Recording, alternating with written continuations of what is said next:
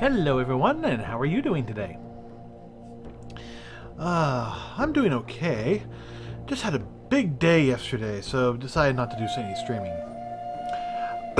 Oh, I forgot my light.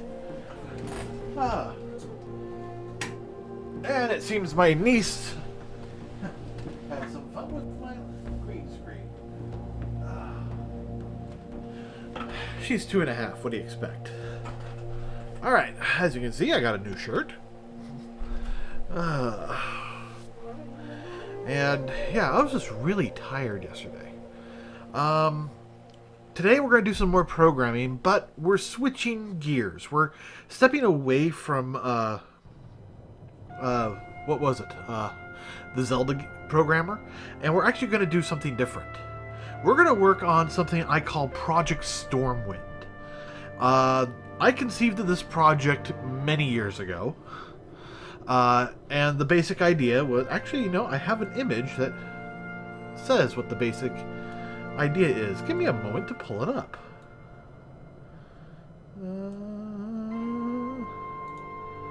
I found all of this today, and I just started getting into it, and I was like, okay.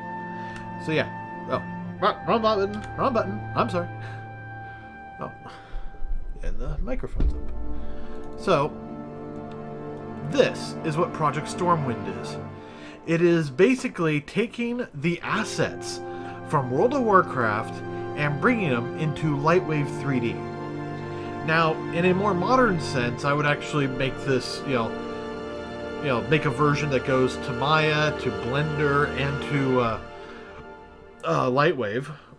But for this first rendition, we're just sticking to Lightwave.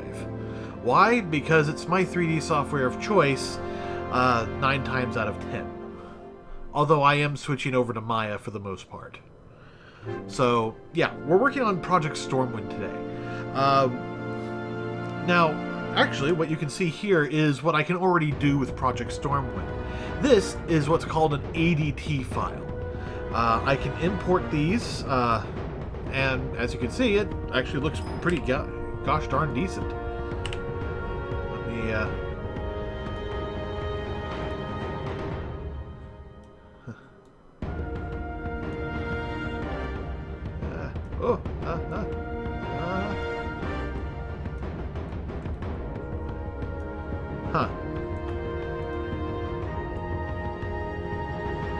Alright.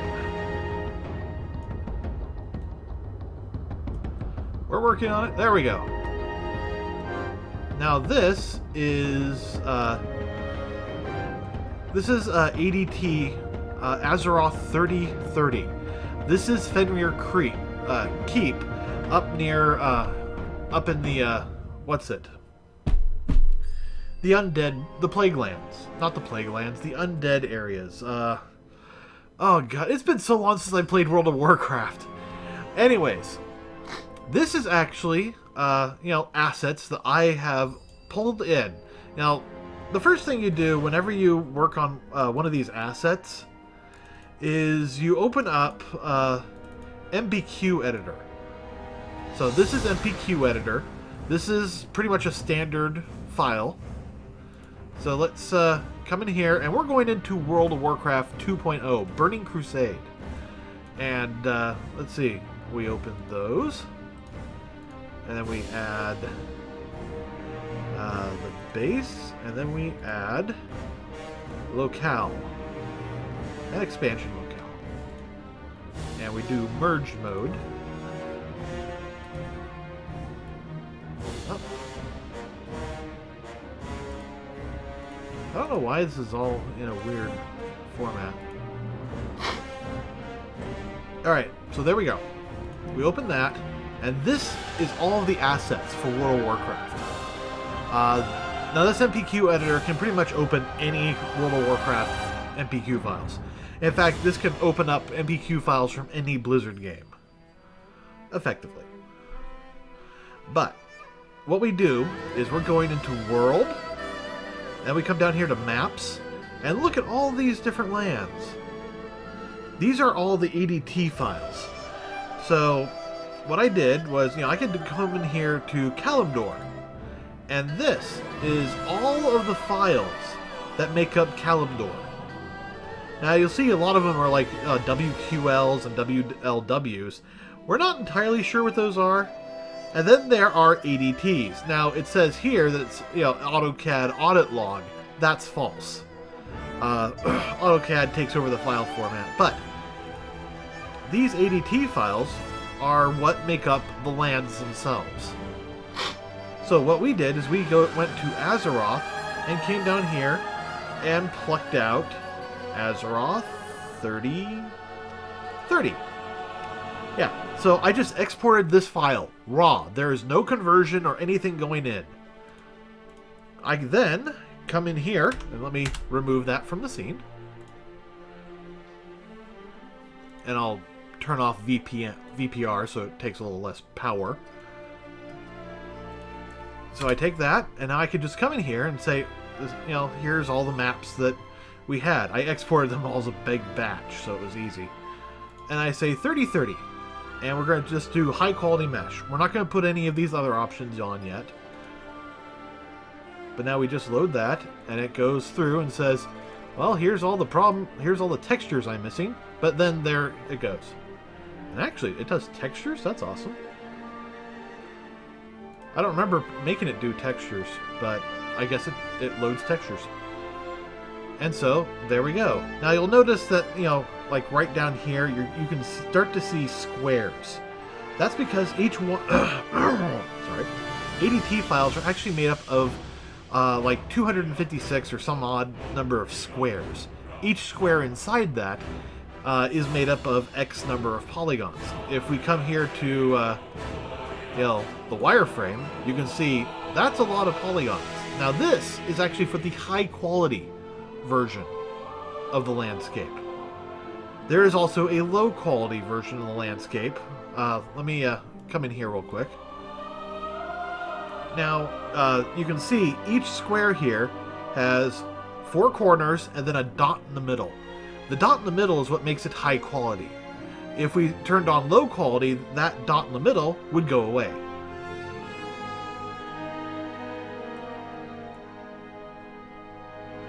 Now, you can see here that you don't see the problem with the points. What, well, you don't see those squares. And the reason is, the squares are purely something from shading. They're basically saying, hey, these 2 points, there are 2 points here, and they do not share points. I'm seeing multiple points here. And so I need to find a way programmatically to be able to merge those points. I mean, if I was to open up Modeler, and it's having me load it again, that's okay. So I hit load, and now it's saying, oh, I can't find these textures. If we come in here and take a look, let's turn it to texture. You can still see all these squares. Now, let me merge the points. What? No points eliminated? What the hell? Okay. That's weird. Usually they merge just fine. Oh, normal maps. I'm sorry. I forgot I'd made normal maps. I still haven't figured out how to assign normal maps from that. So, there's that. Don't save. And now I'll open up the surface editor, which is right here. Change that to a normal map, and boom. All those points are no longer an issue. So that's what Project Stormwind can do right now. Eventually, it's supposed to be able to import the whole thing, textures and everything, but it doesn't do that right now. Actually, let me bring up some images, and I'll show you an example of what it should be able to do.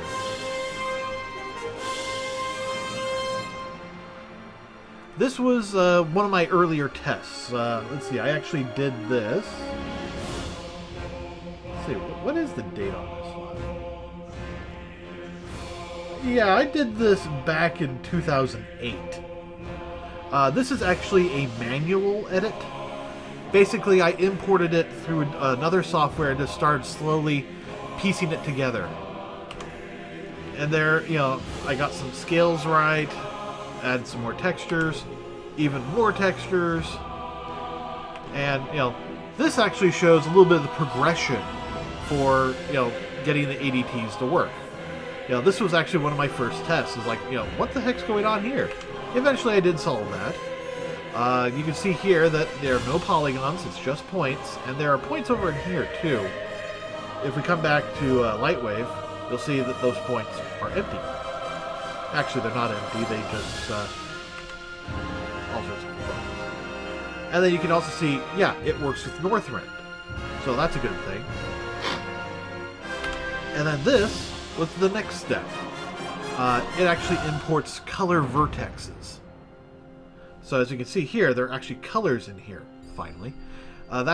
These color the textures that go on them. So there's that, and then more logos, and then that. And that's the, you know, one of the base images that I wanted to make. I was trying to recreate Stormwind in a high-res 3D. You can see their bump maps and everything on here. It's really nice. Here's Ogremar, using the same method. And you'll notice that this is old Ogremar, just like this is old Stormwind, pre-Deathwing. And I understand a lot of people will probably miss this Ogremar. Actually, no, they don't miss that Ogremar. They miss this Ogremar. You can see it has a fog, and, you know, it looks really nice, I think. Oh, and then there was Rolf. Okay. But yeah, that's, you know, what I was working on. Let's see, can I find... Okay, and I was also working on some character lighting and textures. And you can see here, this is what a standard character looks like with, you know, standard lighting. This is how your characters look in World of Warcraft. And that's how I want them to look. They've got a lot more shadowing and, you know, all sorts of stuff. And you can see the bump maps in there too. Alright. I got a lot of little stuff in here. I could probably just spend the whole day just showing you my old World of Warcraft art. There's Waiting for the Lich King. Oh, sorry. I pulled out, you know, this female Stormwind soldier, and I pulled out, now you can see I got her rigged, and she's, you know, able to move and stuff. And Arthas, you know, this was like before I got him rigged or anything. So, he's just standing there. This is what, yeah. This is one of my earlier works, is Sylvanas pointing. You know, this actually got a lot of people very interested. I did some stuff with the Stormwind Guard, trying to see what I could do with him. And then I got the female, and I was like, oh, whoa, when did we start recruiting chicks?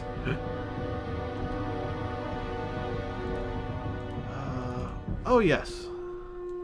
This is, you know, more of that Stormwind. As you can see here, I actually got a lot more of the town done. Not all of it, but a lot more. Ah, the park area. No longer in existence. But, you know, a lot of this was like lighting tests and such. But that's all, you know, the kind of stuff we should be able to do quickly once we import it.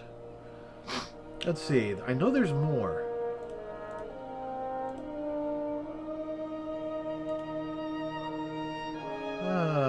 Ogremar.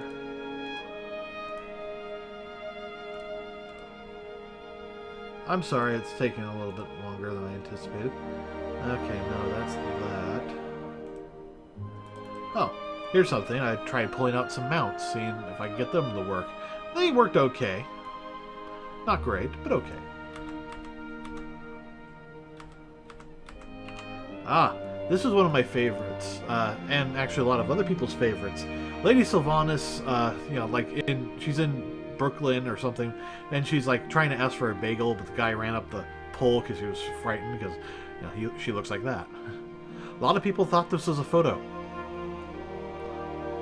So there's that. A lot of people thought this was a photo, too. They thought it was cosplay. And frankly, that would be awesome if it was.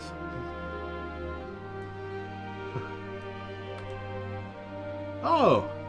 This was actually an idea I had at one point. I never actually did it. It was a comic called Knights of the Round Table. And it was basically, you know, using World of Warcraft to recreate Spamalot. Did a lot of character setup in WoW Model Viewer. So, I don't know if anything's ever going to come of that. Probably not.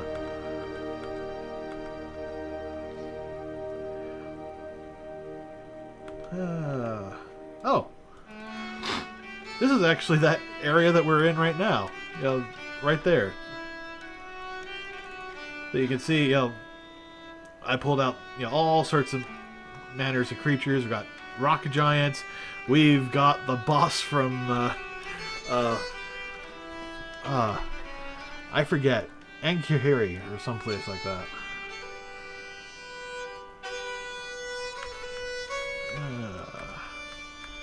Yeah, I'm going through these images on the other screen. Because there's a lot of them in this folder that just aren't relevant. Yeah, that wasn't that good. Ah! I also tried my hand at Darnassus. Wasn't too happy with some of the results, but it was actually pretty decent. And then I did an update where I managed to get a heck of a lot more parts in there. I honestly don't remember how I got all of these parts in here. I don't know if I'd be able to recreate this.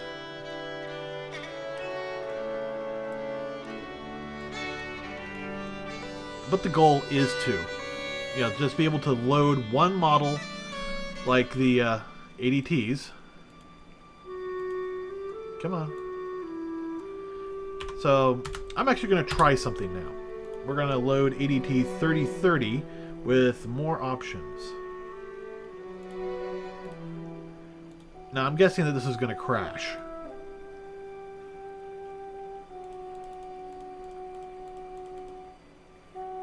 No, it did not. In fact, it didn't load anything. Okay, then. What about Azeroth 3030? And let's see what all of the options are.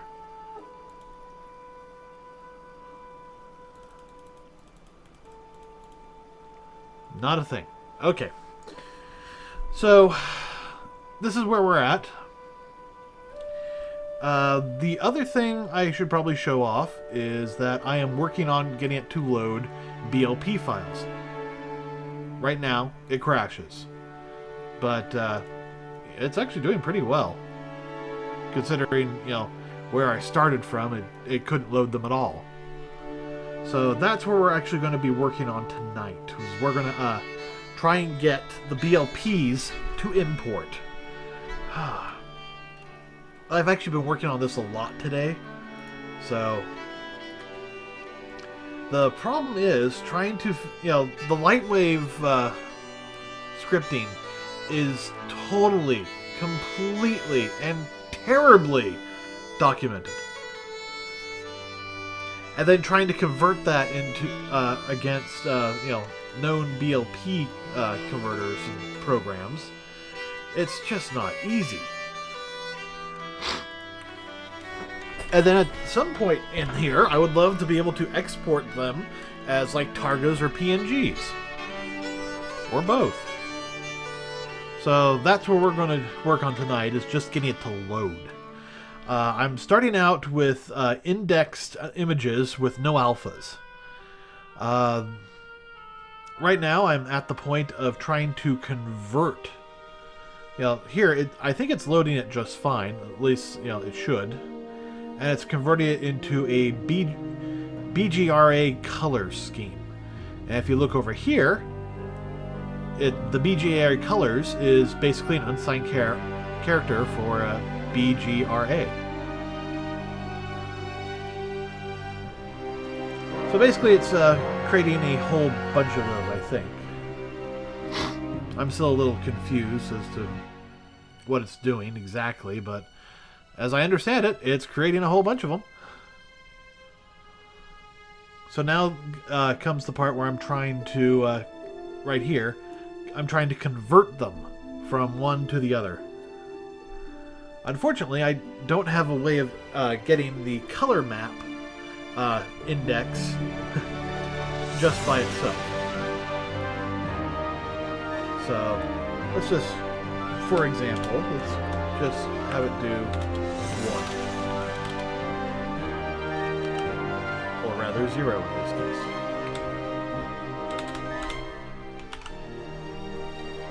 And we'll try it again with 1 to see if there's a difference. And right now, this is just compiling out into a Lightwave plugin. And the nice part is, I can just come in here and hit load. I don't have to do anything else. Alright, so it's just crashing.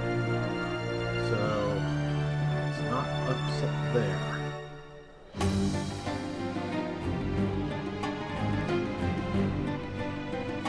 As you can see, there's a whole lot of clues here. If not, hit rotate, break. Okay. Yeah. Okay.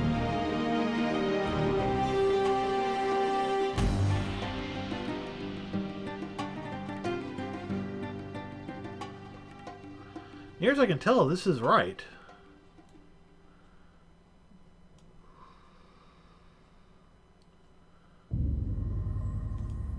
Let's try this. Oh wait, no.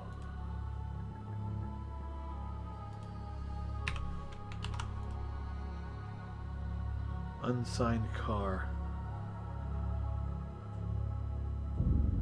So, let's see.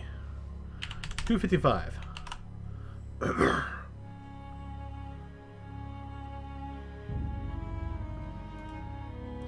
So we're just going to try this as an experiment.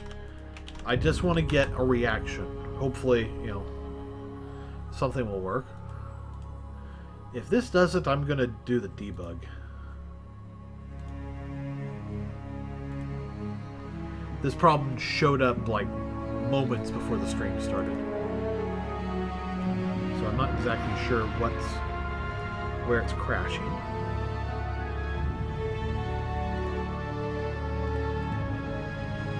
It's crashing right there.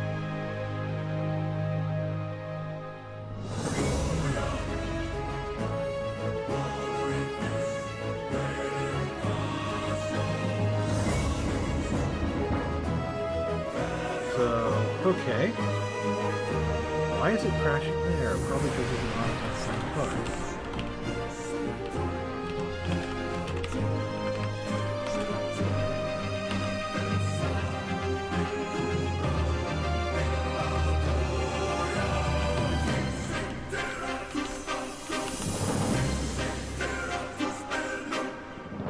Stop debugging. Close. Alright.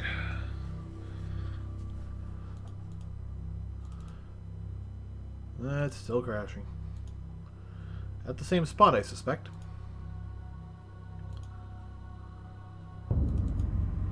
Line 43. Wow. Does anyone know how to put the lines numbers over here? I have not been able to find it so far.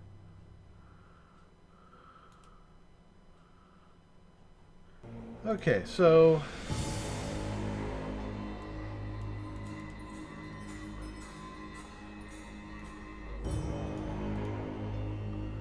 alright, let me come back over here. I'm actually on the other window looking things up.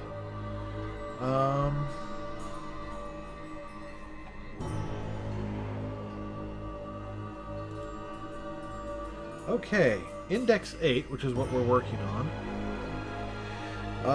is an array of unsigned car with 1 byte per pixel containing pixel color map indexes. So these should be indexes.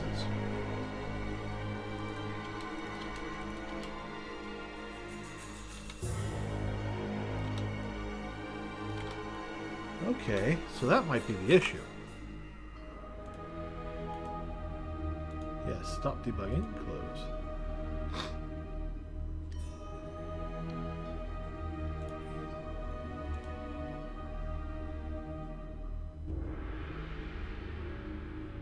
I have a, alright, so that didn't work. Here's the thing, I have an example. I have an example script of what it should look like, or how it should work.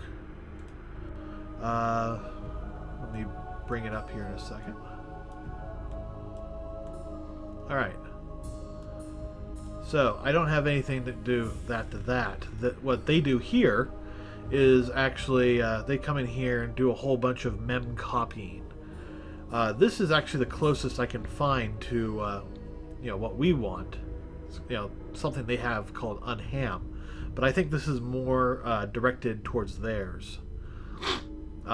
Get row index is probably the closest thing to you know, what I'm currently trying to do. So all this code. They have a switch based on compression. If they do compression, then they do all that. If no compression, this is stuff bringing their file format.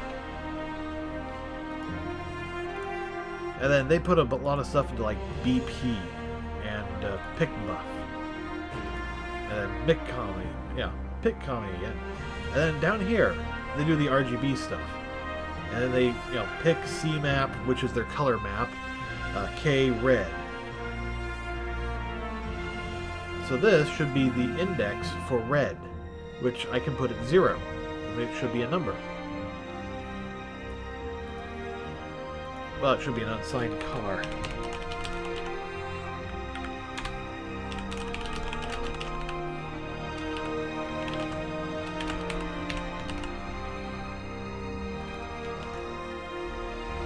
So let's just try this.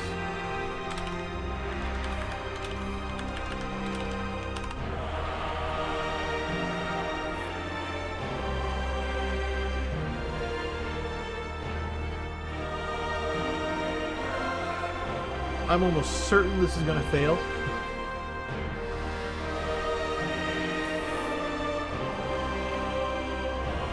Oh, cool. Thank you. Okay, so tools, options, text editor.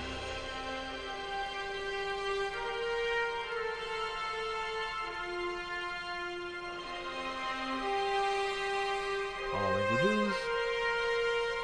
Line numbers, thank you so much.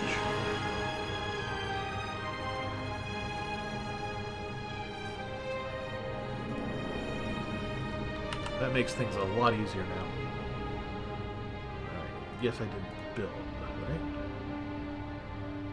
Always good to build again, if you're not sure. Thank you, Angry Norseman. Alright. Well, it's still crashing.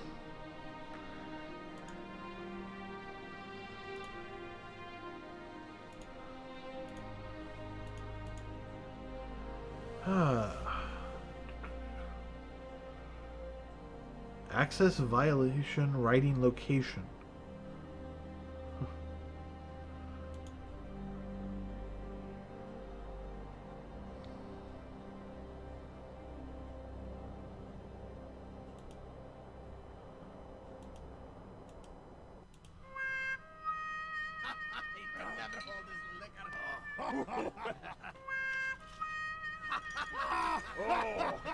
Okay, so it's giving me the right character. I'm able to read memory.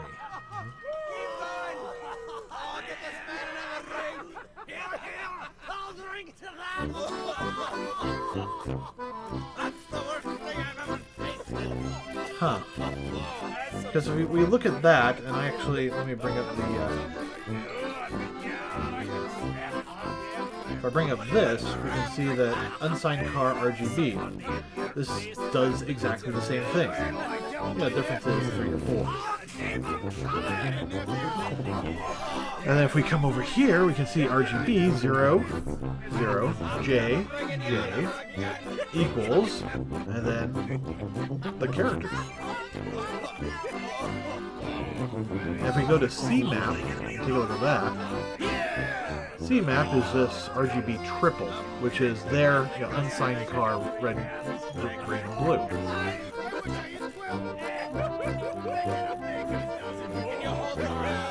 Now, if I come over here, you can see I have RGBA color, so it's basically the same thing except not triple; it's quadruple. Unsigned car, RGBA. So theoretically, I should be able to make that work. But let's see. And down here, my color map is RGBA colors. So come back here to CMap. Yeah, they're doing pick CMap K.red. Well, here's the thing. They fill in their CMap. I have yet to fill in my color map. I have no idea where to do that. Because, they do a whole bunch of weird stuff in here.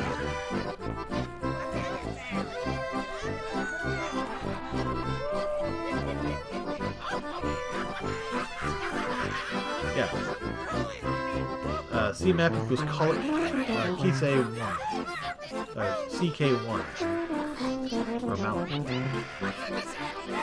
So if I understand that correctly, it's allocating the memory for this.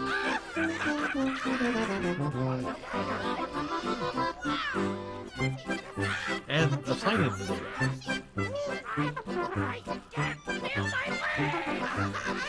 But how do they figure out Kjasi 1 or CK1?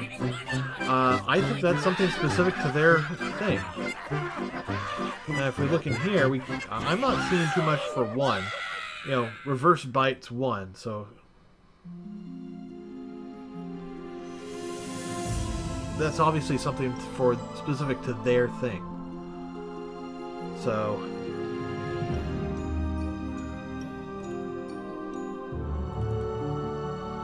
let's see if I can find out where they're hiding the color map for BLPs. Now, I actually have this page. It's actually, from BLP Converter over on GitHub. And I'm, okay, I gotta admit, I'm just in here trying to figure out what the hell's going on with BLPs.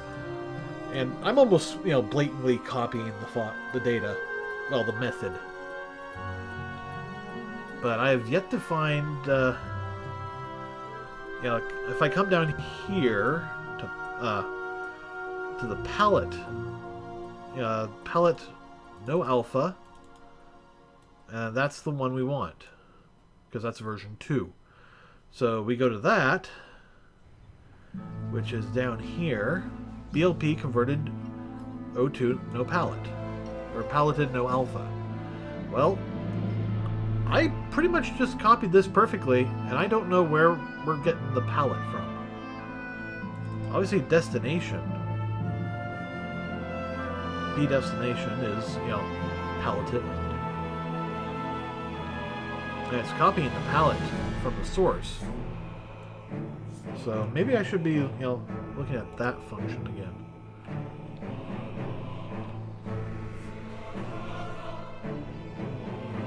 Which I think I put down here. Oh no, I put it way up at the top.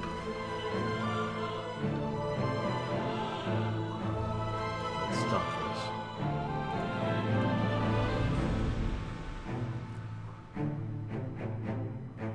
Ah, here we are. Convert palette, no alpha. Now if I bring them over, side by side, you'll see that, yeah, they're pretty much identical. So we're copying that over to here. No alpha, source, pick, width, height, which is all what we have. And then they do a buffer, and then they do a destination, which is equal to the buffer. Let's see, then they do a for loop through y and height, another one x through width. Then destination equals header palette source. And then, destination A, because this is an RGBA color, or a BRGB color, equals 255. Okay. So it looks like they're going through, you know, they're turning destination. They're loading it up with the pallet. So how does pallet source? Where do you get the source in them then? Source equals new in size. Size equals pick header mipmap size. Now, mipmap size is actually something we pull out of mipmap itself. Sizes for every mipmap level, or 0 when there is no more memory. So, I believe sizes are like 1, 2, 3, 4. So if we go size pick, let's assume for a moment that our mipmap level is 0. So the size for 0, I have no idea what that would be. Let's actually log that data.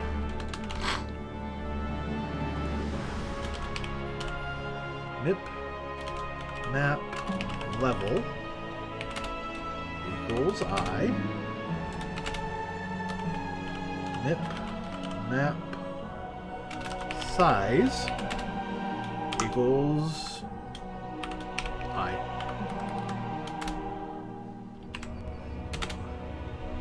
Alright, so mipmap level, we'll just add to mipmap level. And size. So that should tell us most of the information we need to know about mipmap levels and size. So now, let's load up Lightwave. Yay! I know this is going to crash. That's okay. No, do not create a crash report. Actually, no, do not debug. Now, if I come back over here, oh, it's been reloading. Mipmap size is the max.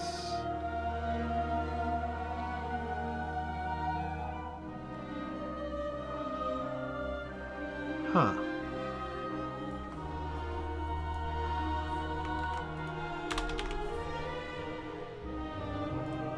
Let's try source.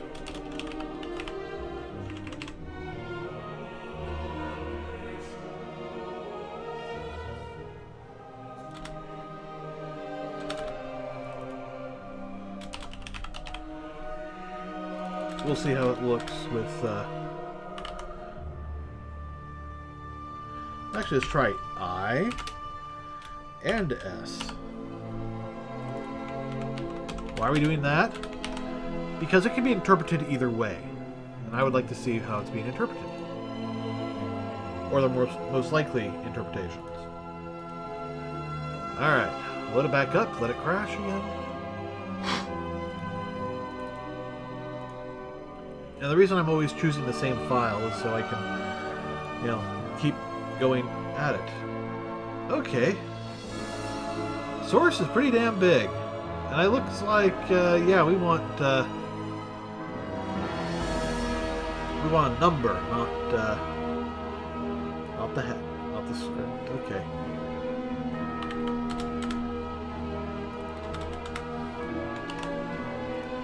So, that answers that question. Alright, so with a source of 2 of that, move that off the other screen for a moment. So source, POP, no palette. Okay. So source is a big number. So now it's looking for that. You know, I think the fact that this is so goddamn big is probably our problem.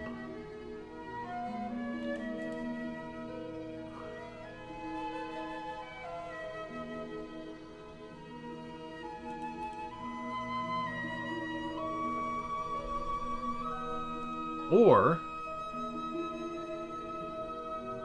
there's a discrepancy. Because this is actually stuff I wrote versus, you know, what they have over here. So let's take a quick look. Alright. That's the BLP header. Here we are. Lengths. So there's offsets and there's lengths. And as you can see, we can only have a maximum of 16 things. So, let's come up here. P source. Actually, no, this is the one we want, but still P source. Alright, so P source, anything happen to it? F read. Ah! Okay, so that's the problem. We were supposed to do a read, and we never did. So what it's actually pulling now is it's trying to do... it's trying to pull that out of the offset, basically. Alright, so... fseek... FP offset is offset.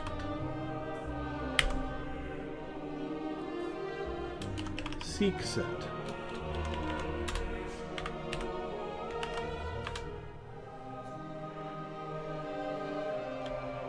Alright, and F read. I don't know why they did void, so I'll just do that just in case.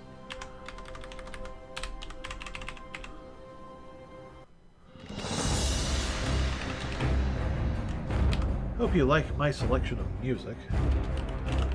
Size of uint8. Size 5. Alright, so now it should read and give us source.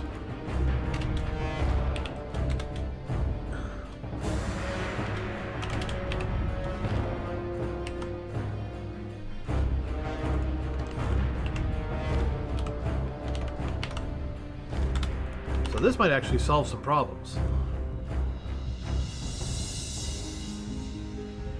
Alright, built.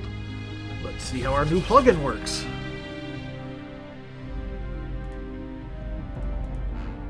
Oh, still crashes. No. Debug.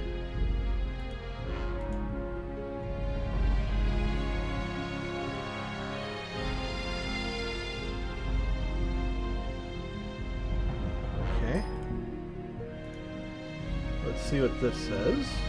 Oh. Source is still that.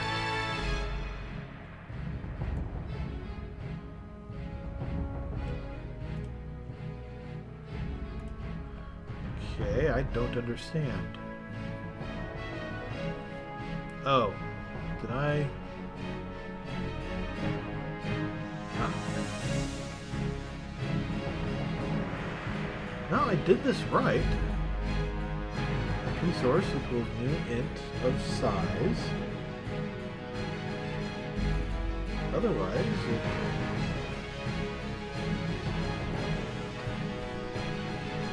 Odd.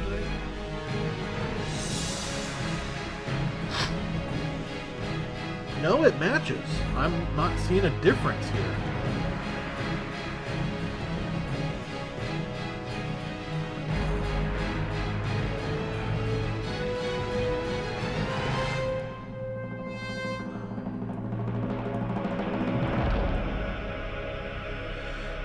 And the source is still source.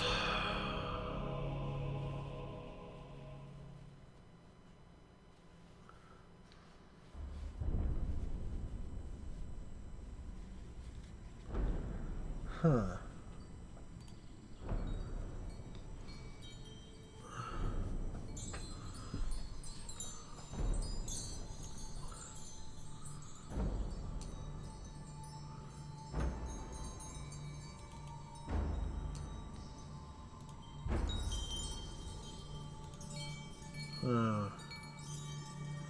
Size of uint8. You know, let's get rid of this void thing. Maybe that's screwing it up. I don't know why they did it, but I've never have, so.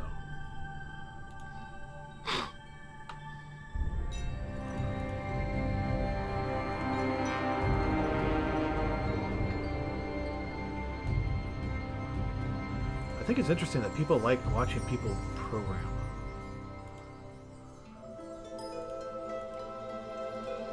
Okay, that didn't have a change.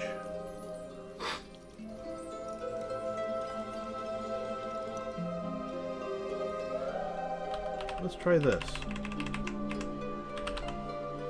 Because that could actually be the issue. Although I'm not quite sure.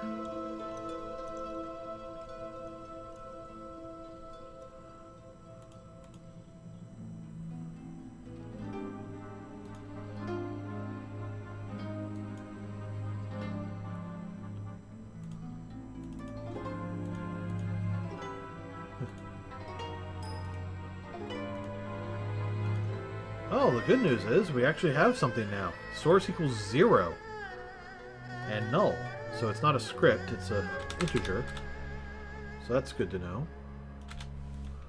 I mean, we've already figured that out, but you know, with things changing, I wanted to double check. Okay. What about source equals 1?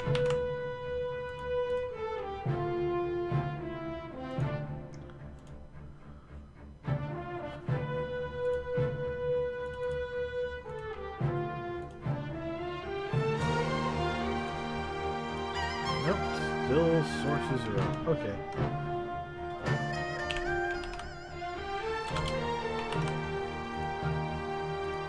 I'll just put that there. So, source is 0, huh?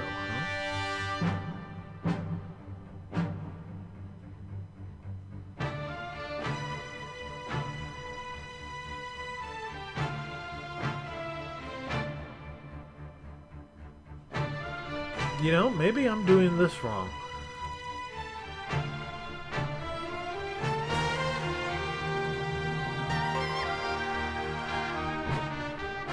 Maybe it needs to be level 1.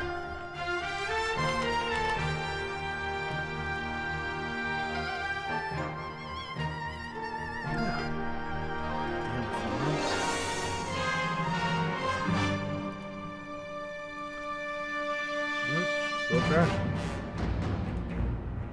Let's do a debug. Break.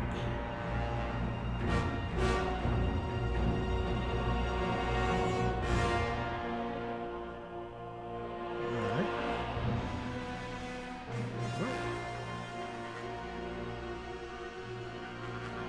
Still crashing here.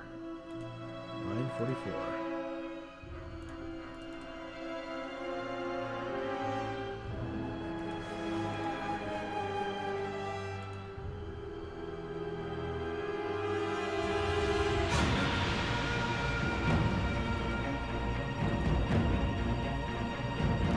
Zero colors. Unable to read color map. Probably because I'm not setting anything there. It's an index 2. Let's check the header. And the palette. That's a decent sized palette.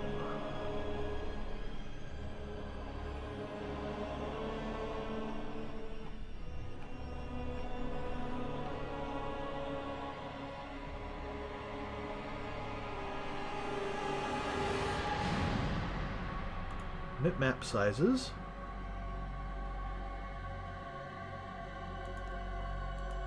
Okay, so it looks like 0 is a valid one.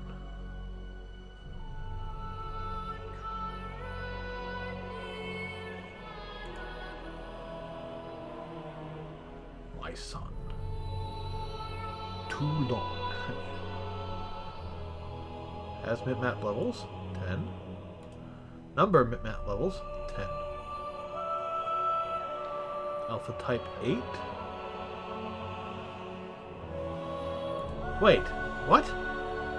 If the alpha type's 8, then why is it considered an indexed file?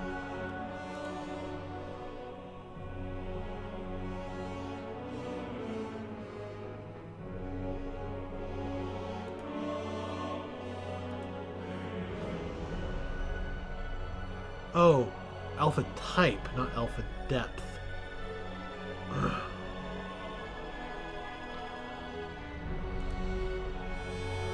Alright, so we're still crashing here.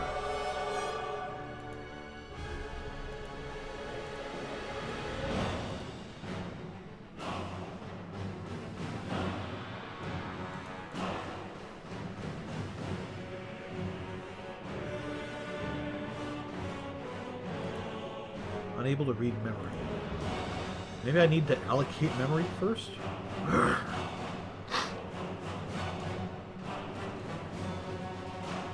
Oh no, this is this one here.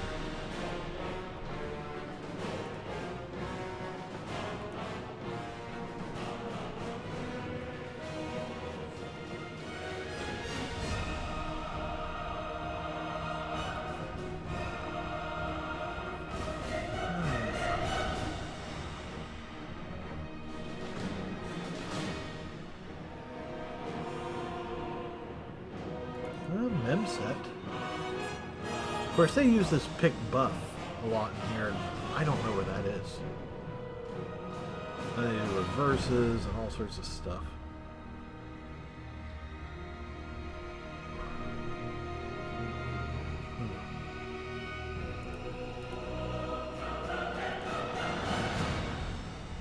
But you know, setting it to just 0 should be enough. So that tells me that something in here is inaccurate or unavailable. Probably I need to do just do int rather than unsigned int.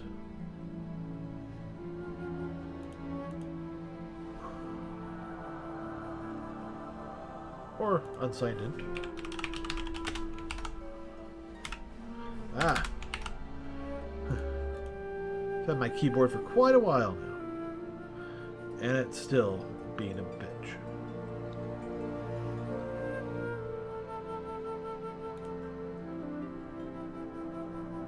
A lot of problems, but I'm just ignoring them. I'm just working on BLPs.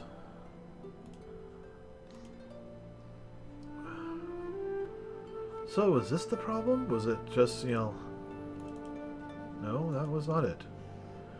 Alright, debug. I hate that this is, you know, causing me such problems. Alright, break.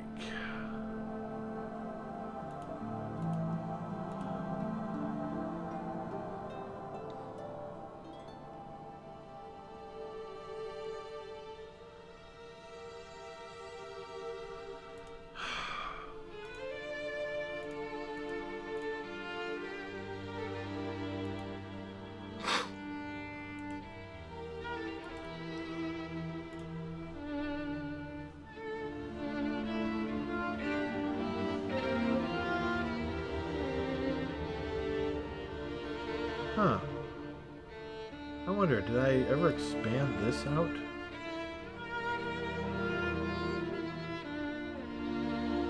Do I need to?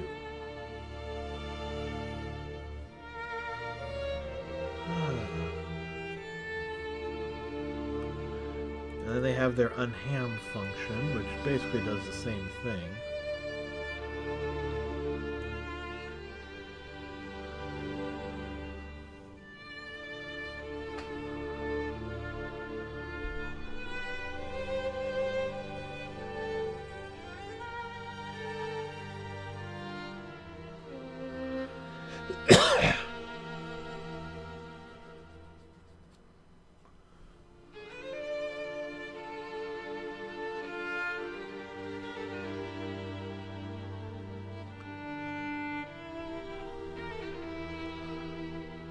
Of course, they're doing all sorts of other things in here too, so... Alright. This is not making any sense to me. I'm doing what they're doing, and yet they... You know, apparently they compile just fine, and I don't.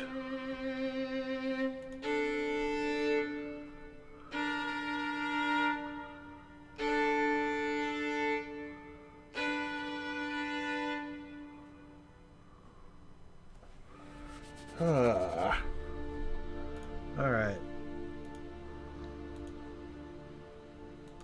Unable to read memory. Okay, so Load indexed.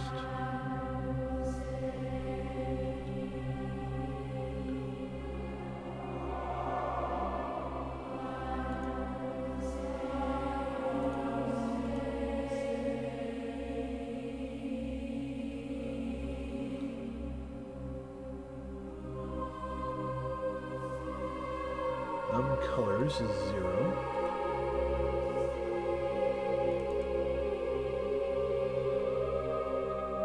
Wait, if thumb colors is 0, how are we getting this far?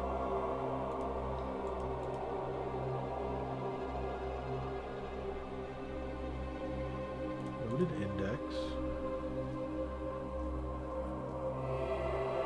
Oh. Okay. I see now.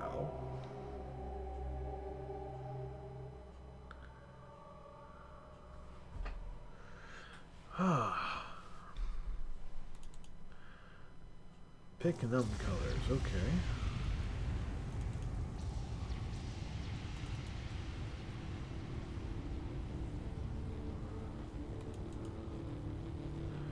Read BLP.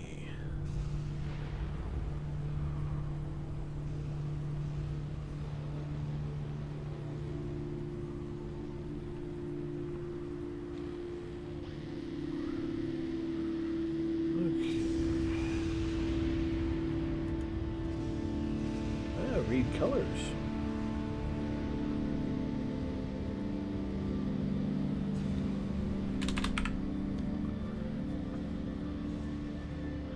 All right, so pick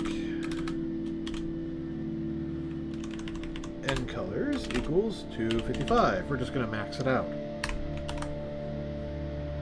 So maybe that was the problem. It's just, you know, took us that long to get to her. I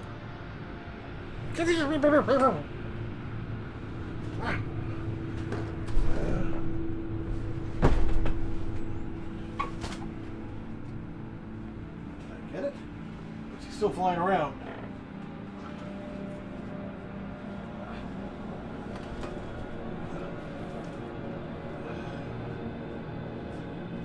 Damn fly.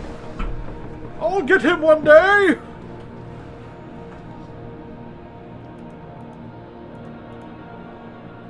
Okay, good.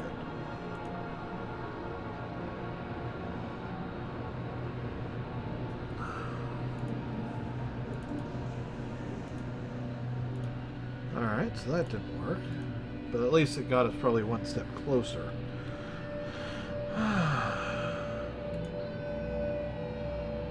Nope, not at all.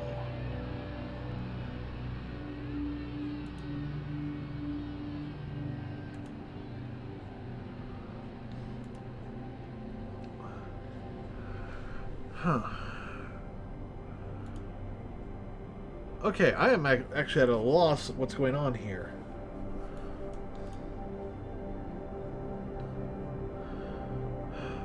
This should be assigned an unsigned character, which is what we're doing.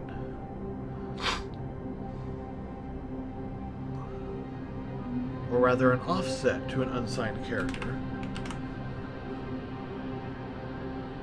At least that's what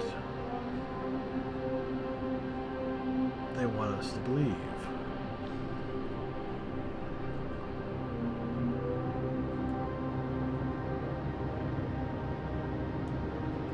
Okay, set map.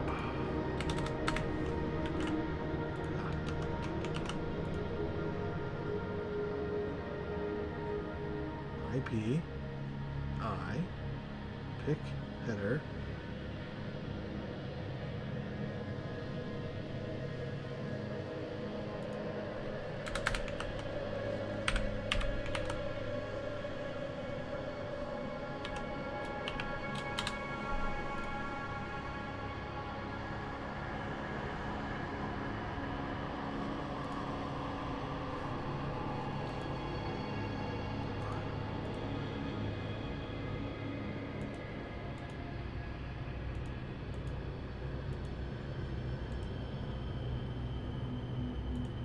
Okay, so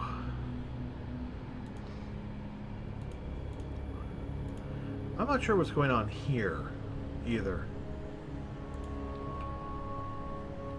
I mean, it should be. There's 24, there's gray. I wasn't doing gray, was I? No. Looks like gray doesn't even set color map. Yeah, look here. Set IP, end colors.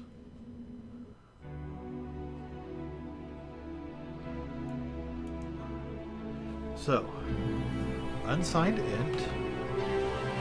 Actually, it's just int. At any rate.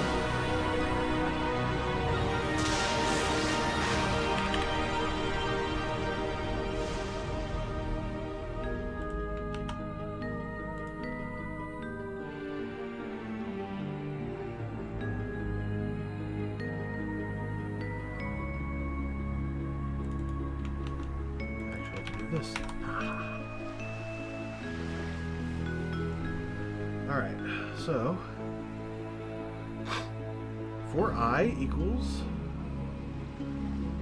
0, I is less than num colors, which is what we're doing. Let's double check that they're end colors.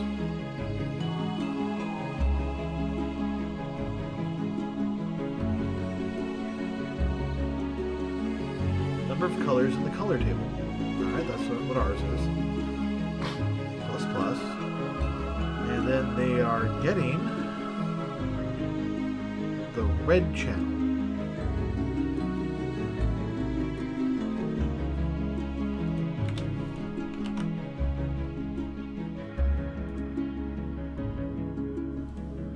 Please do not look away from the nozzle.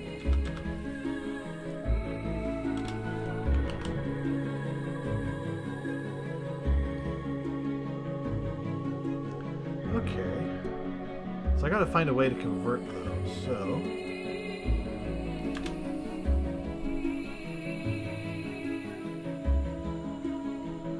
let's do a, not a constant car, but undefined car.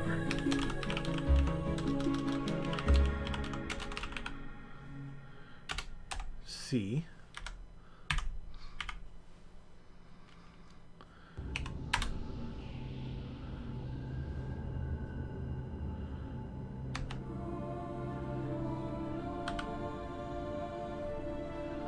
C0 equals palette red.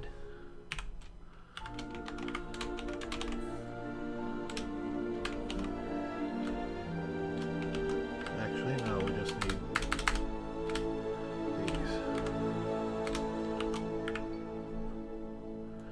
Now let's set this to RGB. Set this to C. There we go.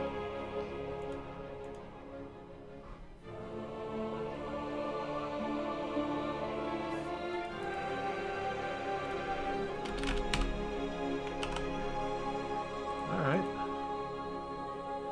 There you go. Now it's happy. Now it's initialized.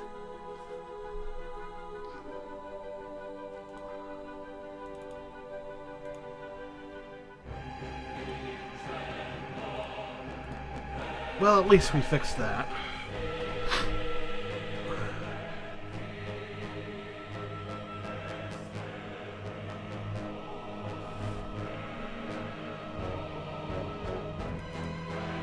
Get row.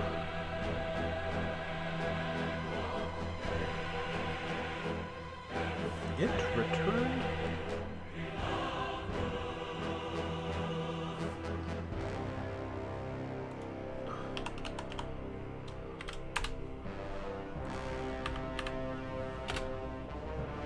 Just to ensure.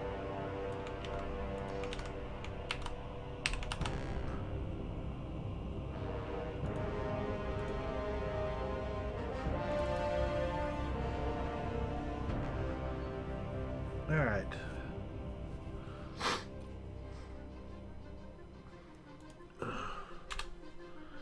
If not, sorry, if not, take 0J.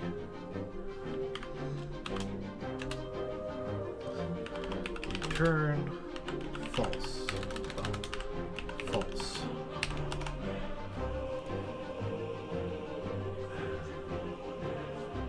Actually, let's do this. If not,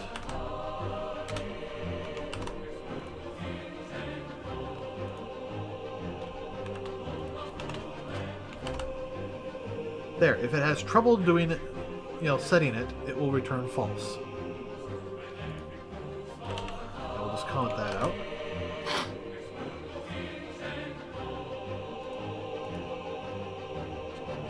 Who knows? Maybe this will at least not crash.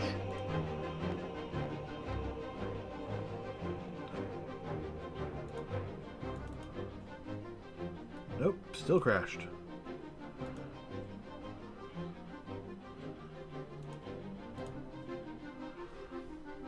Break. Oh, it's breaking here now.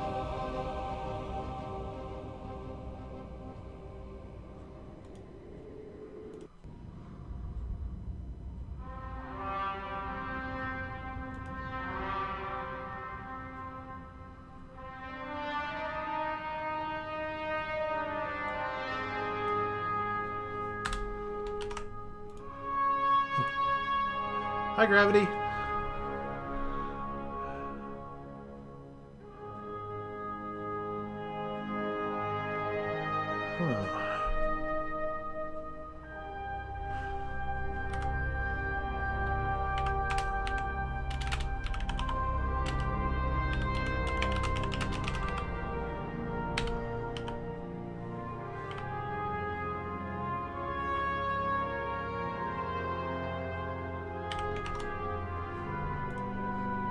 Maybe this is the problem.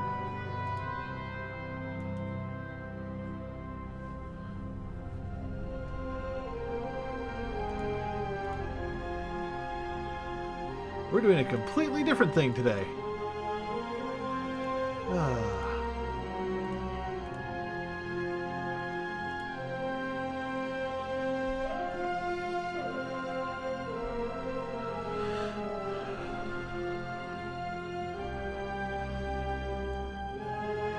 Okay, so it looks like we need to just expand this out.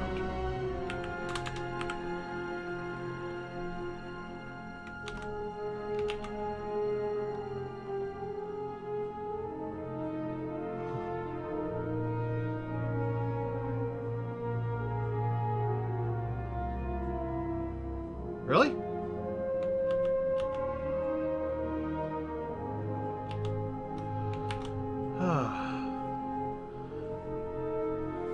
Thought C did though. But you're right, probably C++.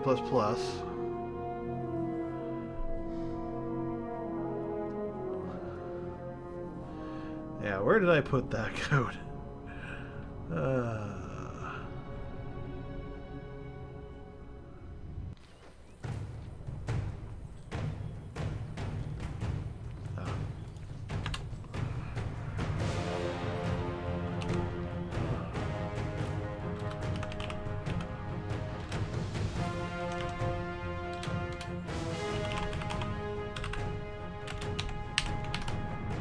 Like that?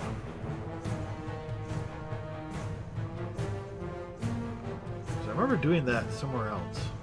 Or seeing it done somewhere else.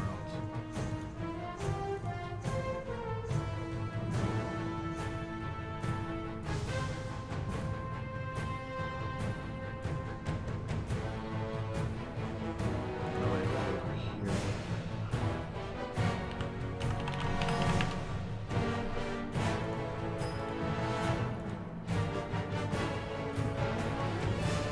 Alright.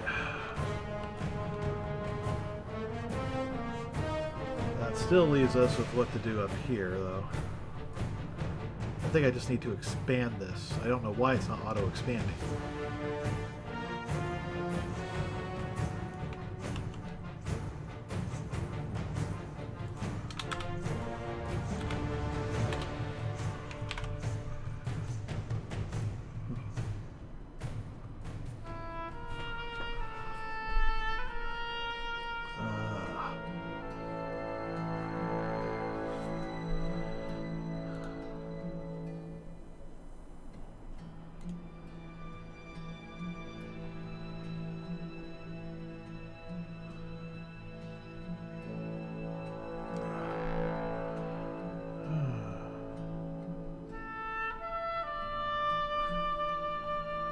let's take a quick look.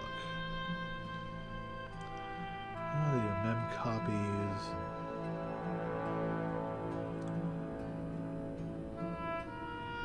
That's way too complex for me. Project Stormwind is a basically it's an importer. It's a lightwave importer for World of Warcraft. At least that's the goal.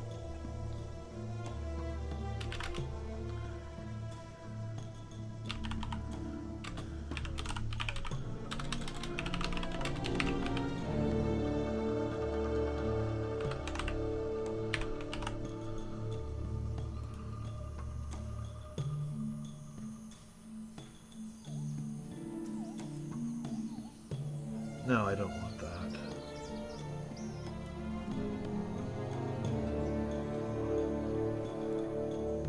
I want that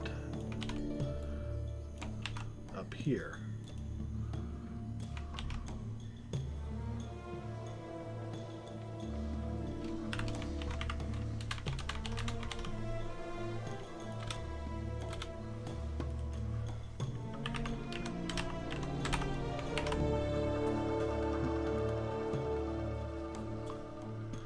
Yeah, the whole idea behind the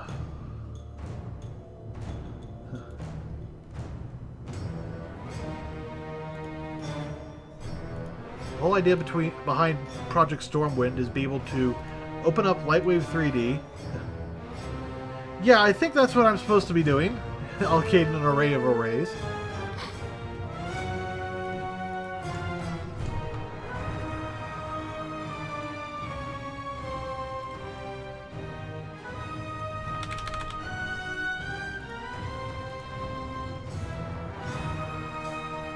So, once again, real quickly, this is the goal for Project Stormwind, is being able to load up. Yeah, we need multi-dimensional arrays. Where did it go? There it is. It's just being able to straight up load World of Warcraft files. And just, you know, have them work almost instantly.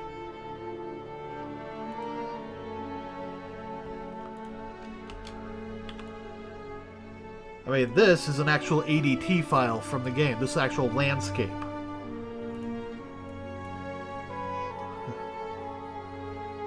This is with like special lighting setup, but you know, it's basically, you know, straight import.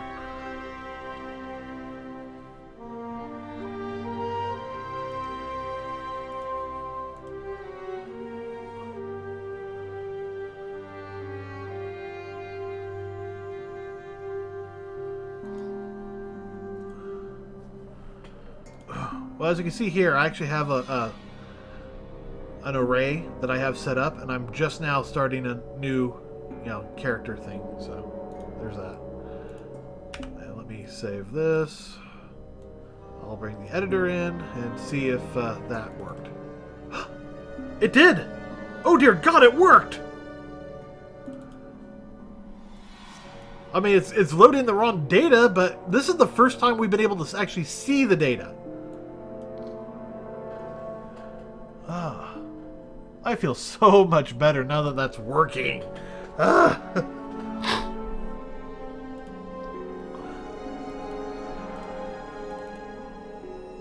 mean, it's only getting vertical stuff, but it's basically C, but it's C proposing as C++.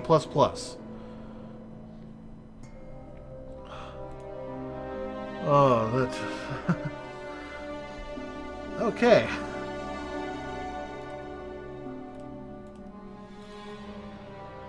Oh. I feel a lot better now that this is actually working. Alright, so...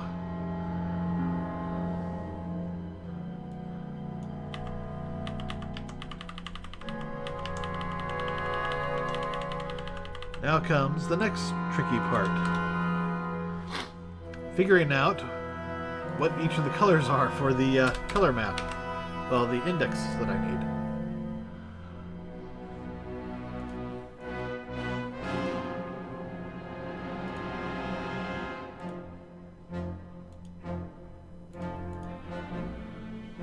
Let's see with it just using regular indexes. Probably always, you know, black, but you never know.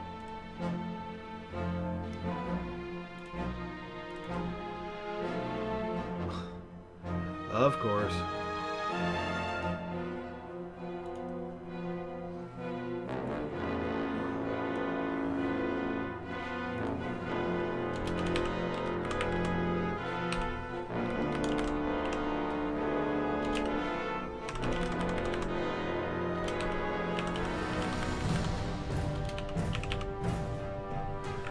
But that tells me something.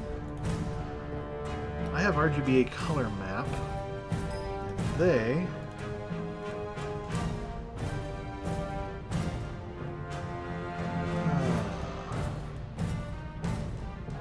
have an RGB. Well, I have RGBA.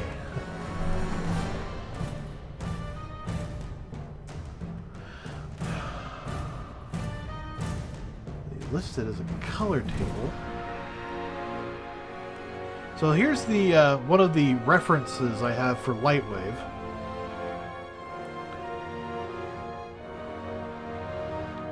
I don't think it's I don't know. Let me take a quick look. Probably not. I mean, I should. It should be using something. At least it looks like the palette's being done correctly. That's a step forward. Alright. Read file. This is probably read colors.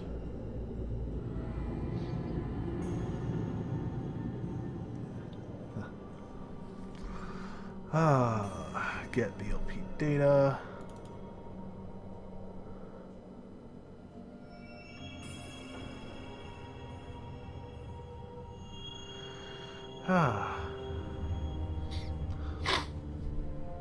Yeah, I don't think it is, actually.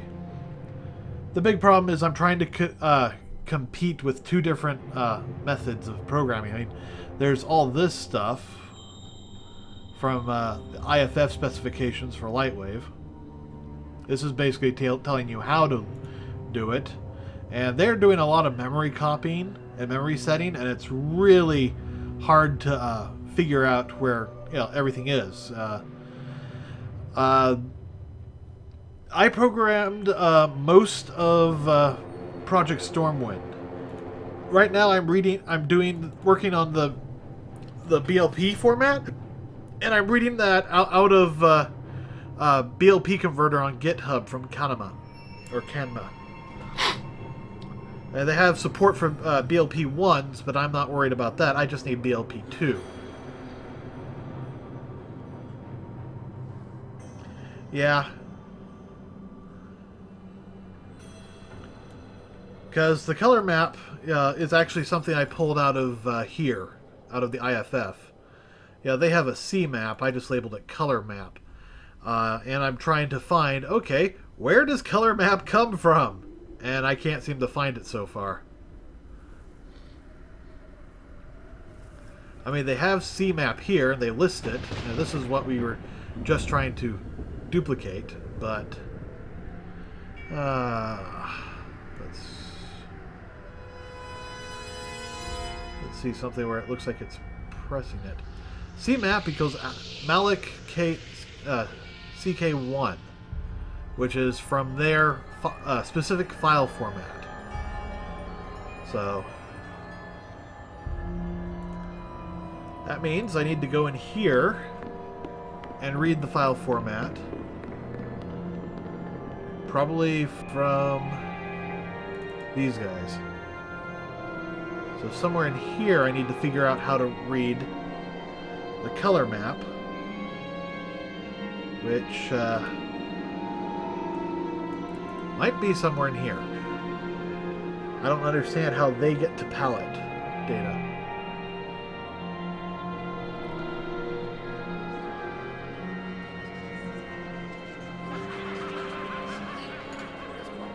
Yeah, right here is all the information. No, not that one. I'm sorry.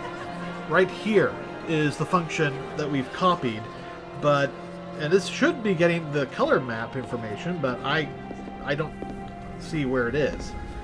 I mean, it's pulling out header into palette.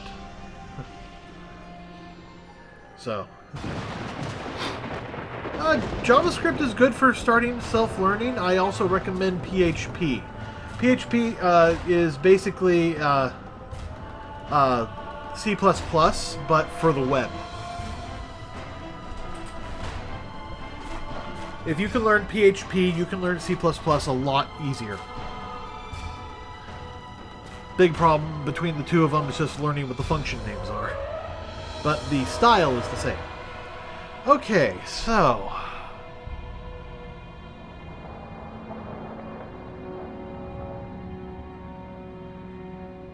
Okay.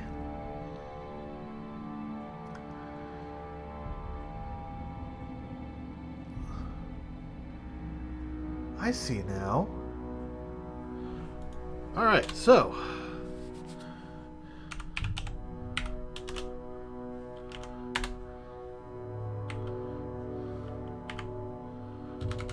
color map. Can I just do that for creating a quick another one? I think so. No, expected expression.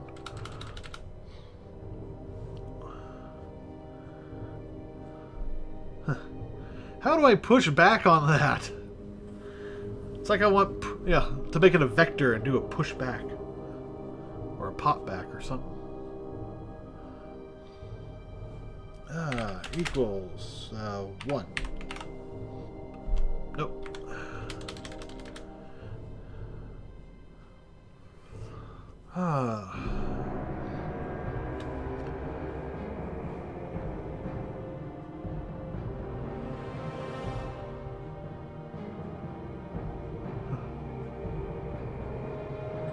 I have to agree with Gravity Dancing. That, C and C++ is definitely a must if you're trying to learn programming. If you're looking at only doing web development, definitely work on JavaScript and PHP. Okay, so color map. Yeah, I've been programming in C++ and PHP and everything for years, and I am still really bad at it, as you can see. Okay, so pick color map source.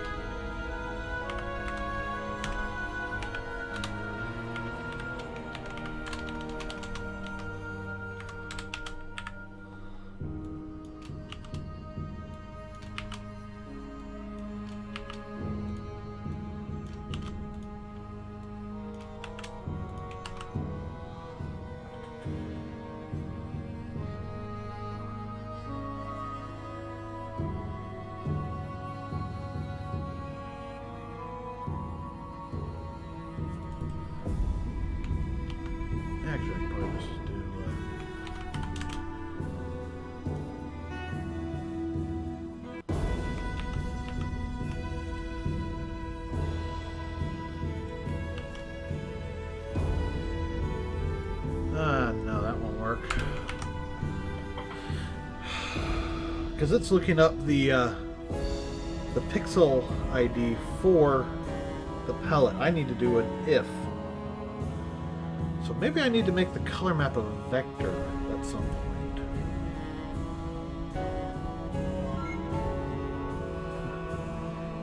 Hey, thanks for following. All right.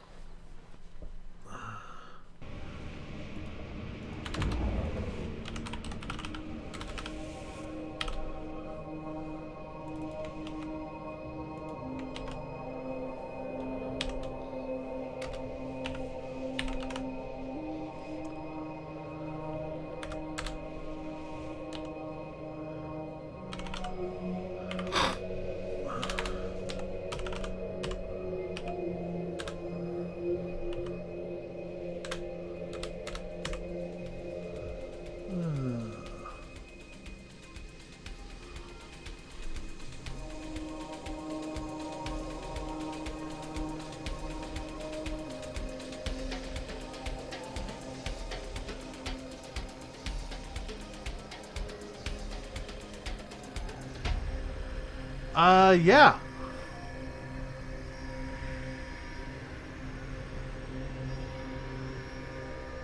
Yeah, he came by and saw me doing some programming and, made a $5 donation. It was quite nice of him.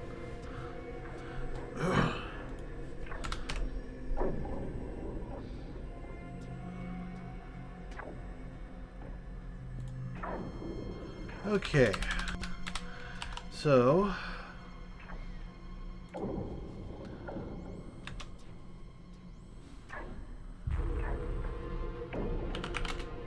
for... Actually, let's do an if. If... No, 4 would work.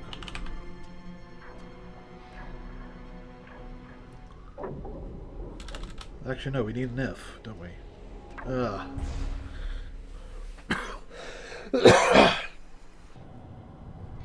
I forget when he donated, but yeah, he donated. And only donations from Twitch alerts shows up on the stream. If you donate through what's it, Patreon, that doesn't show up. But I am working on getting it to show up.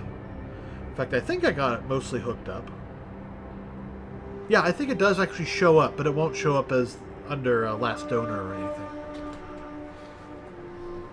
Okay, so for CMAP, no.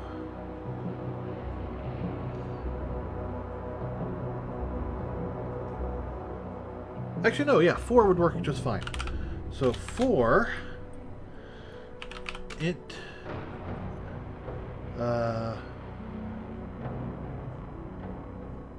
color palette equals CMAP begin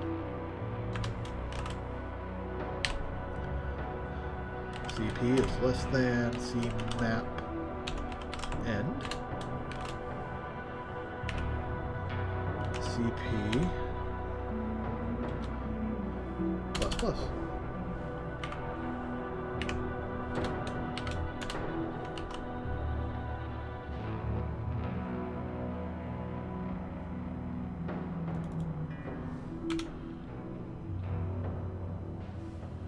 Let's see.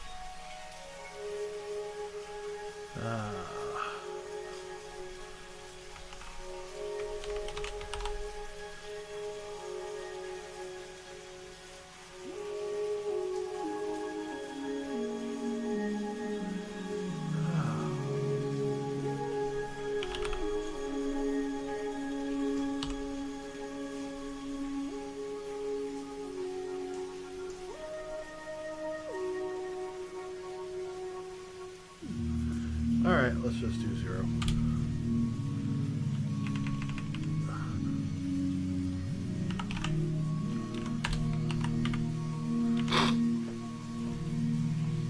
Okay, so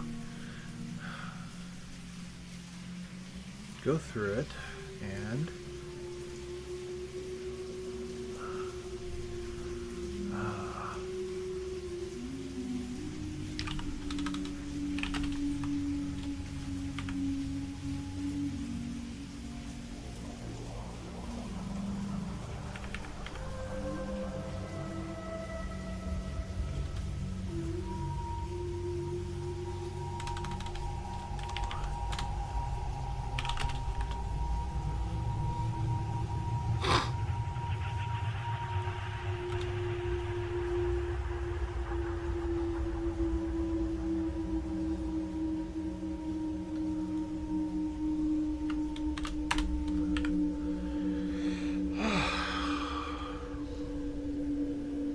I know this.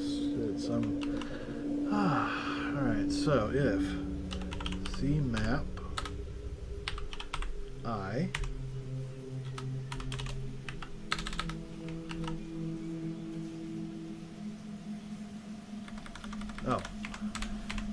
map I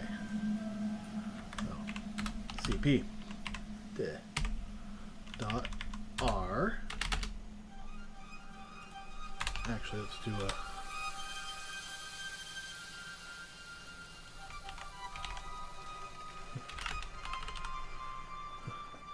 a... Alright. Good night, Gravity. I'll see you later.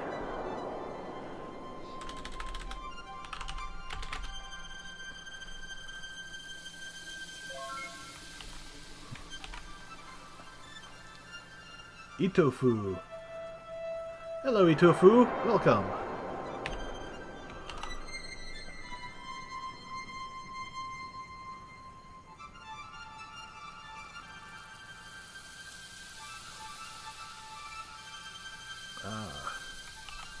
Wrong one. Okay.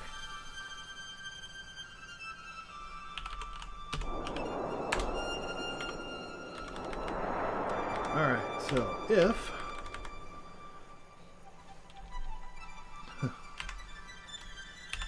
and so now that we have this going,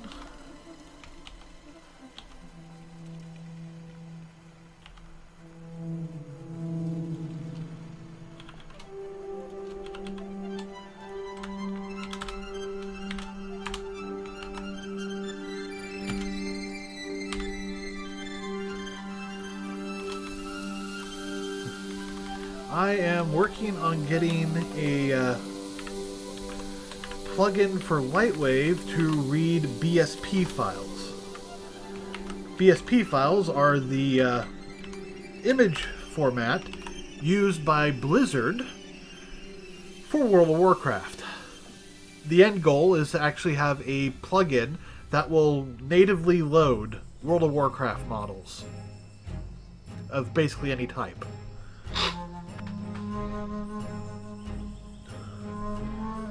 Alright, so if RG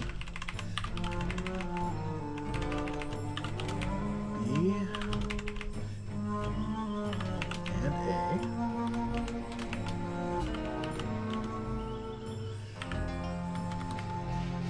actually no, let's get rid of that.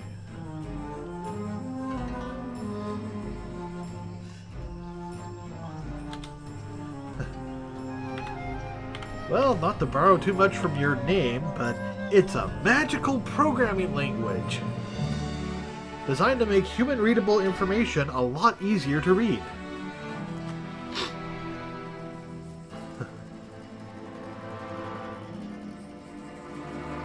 Okay, so we're only going to worry about if RG and B match.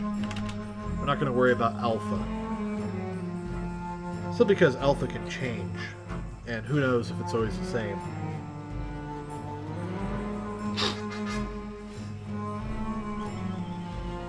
So, if they're all the same... Actually...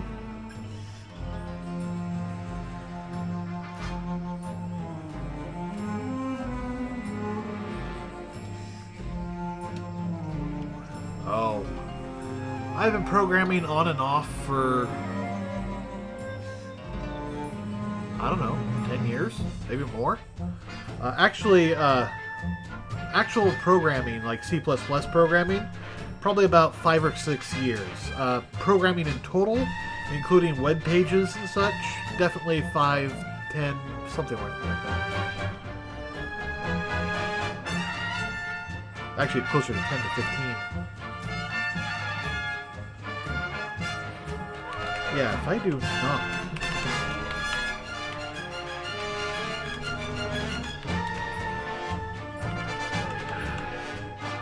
Okay, so if they matches, then we know we have a match. So, yeah, mostly self-taught. Mainly, I just found ones I like and just copied until I started understanding, and then I loaded up their pages. So like for PHP, I taught myself by going to their site and going, okay, how do I do this? Okay, I found a guy who said he could do this by doing this and this, this. What about their website? What do they do? Oh, there's this function, this function. I can do that!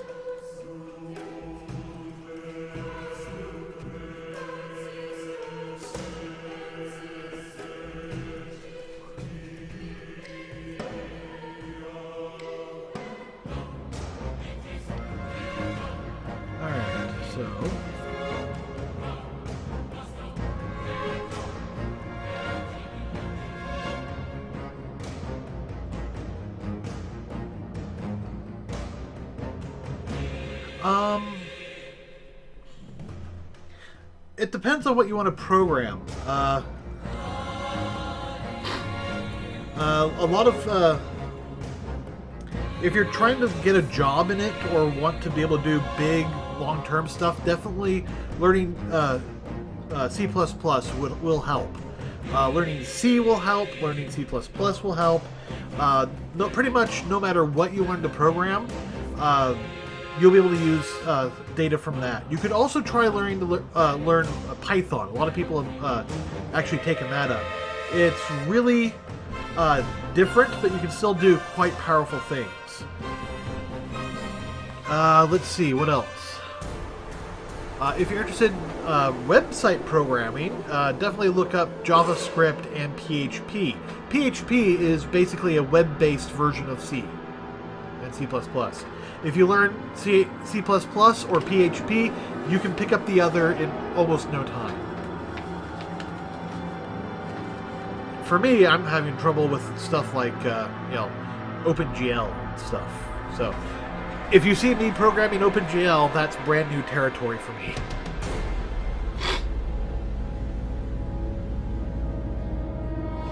Alright, so, if it's the same, then skip it. Otherwise, we want to add it. No, wait.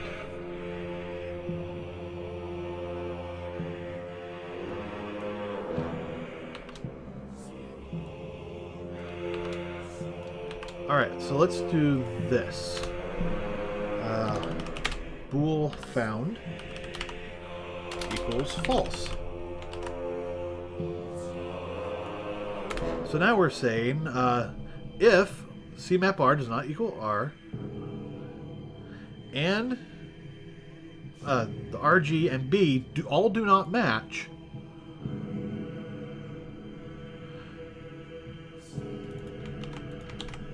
found equals true and break.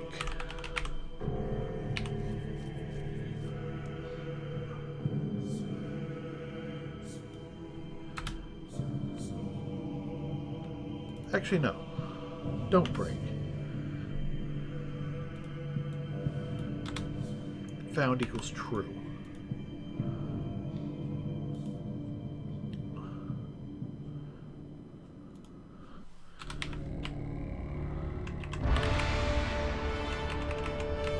No, let's do this. So we'll say found equals true, else found equals false. We're gonna have it set it this way. This, you know.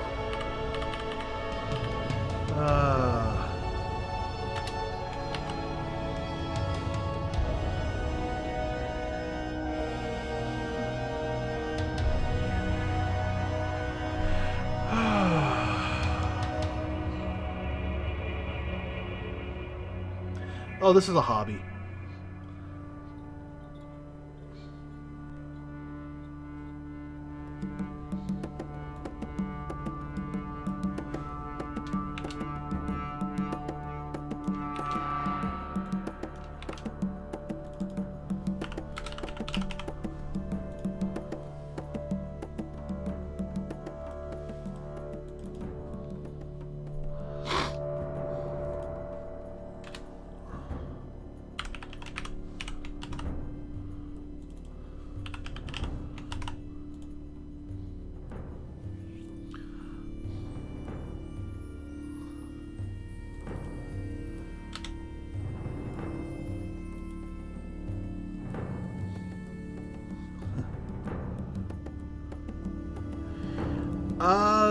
That really depends on how much time you're willing to put into it, and how fast of a typer you are, and how long it takes you to debug stuff. I've been debugging this this BLP thing and trying to write it at the same time, pretty much all day, and I had a tiny bit done earlier.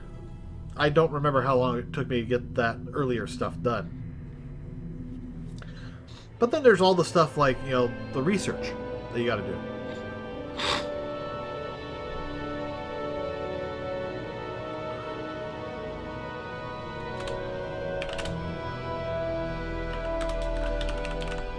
So it really depends.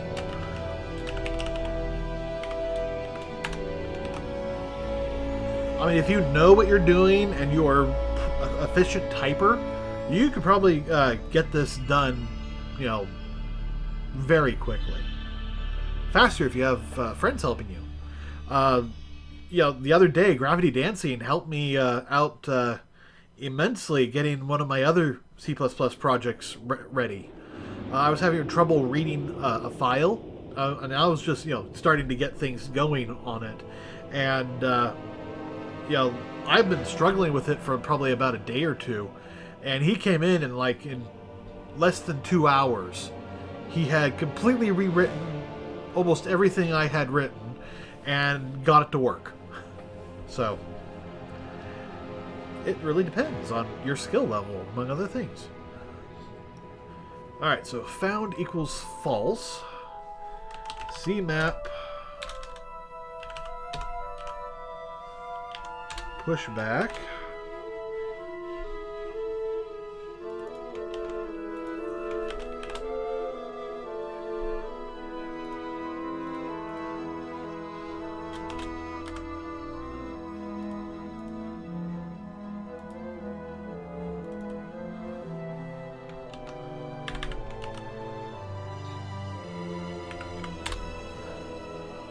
RGB colors T equals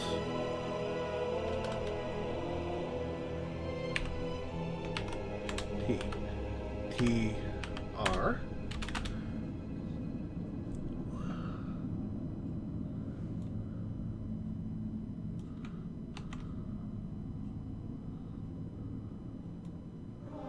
you know, I could probably put this up here. I don't need to keep pointing at every area.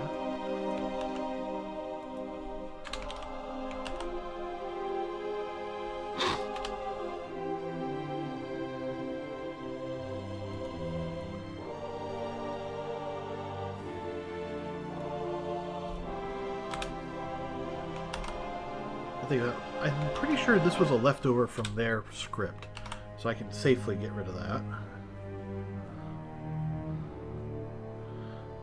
So let's add alphas back in.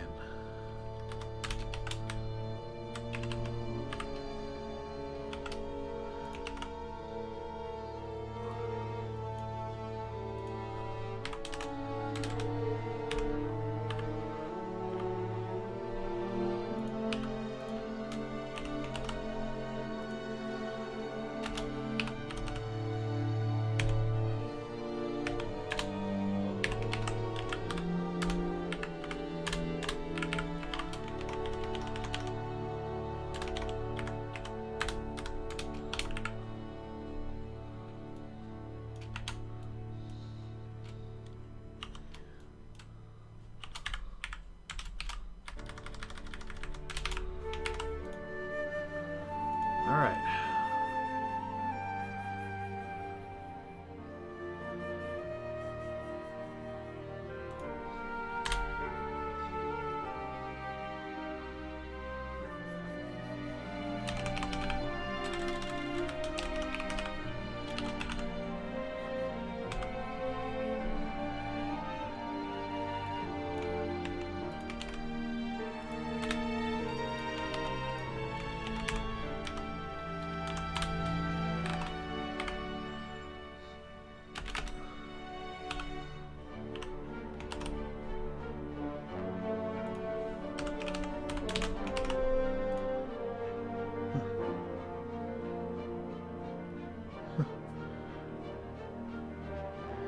Yeah, some of it's a little beyond me too, but again, I've had experience with PHP, and that's given me a lot of the basics that I need, because they're interchangeable with C++. Are you a World of Warcraft fan? If so, you might want to look into LUA, which is the language for the plugins and the add-ons. There's whole bunches of add-ons that just kick ass, and some that are, starting to be let go.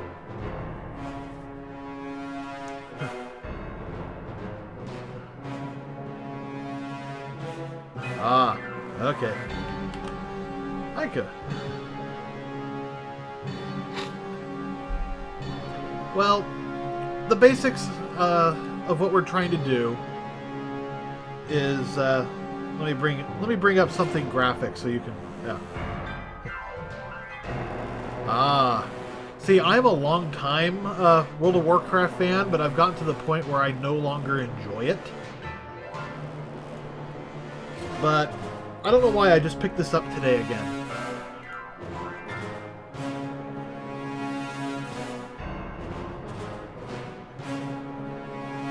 Alright, so...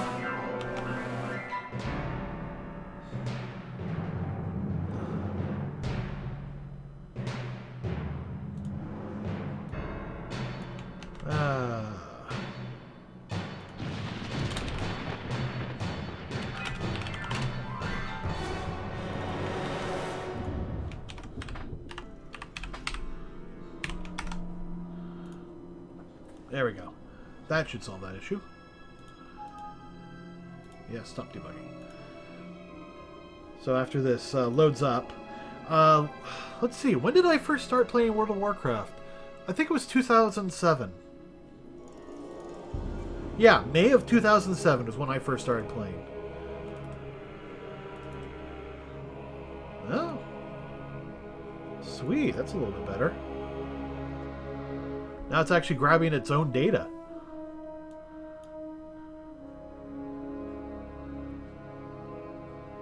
So we're getting closer.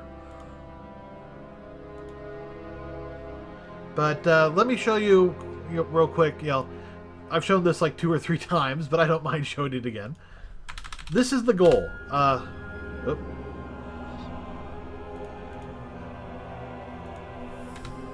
30.ADT. Yeah, I no longer play. It's, right now it's a money issue. Plus, I don't really find it fun. The only reason I would go back is to work on my add-ons. So, this is some raw data from, like, the Burning Crusade version. And, actually, let me fix the material there. There we go. This is just raw height data. It took me a while to get it so it comes in, but, you know, if I render it, yeah, look at that. And we can even do crazy stuff. Like, here, let me get down into it. So, yeah, this is actually closer to what you would see in the game. Whoa, what just happened? I guess I was moving the landscape.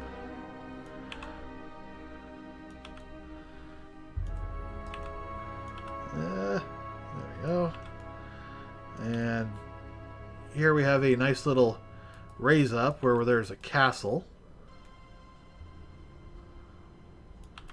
But this is the landscape that you can load up just straight from the game. The goal is to be able to load all the assets from the game into this. I should be able to come in here and add, you know, Azeroth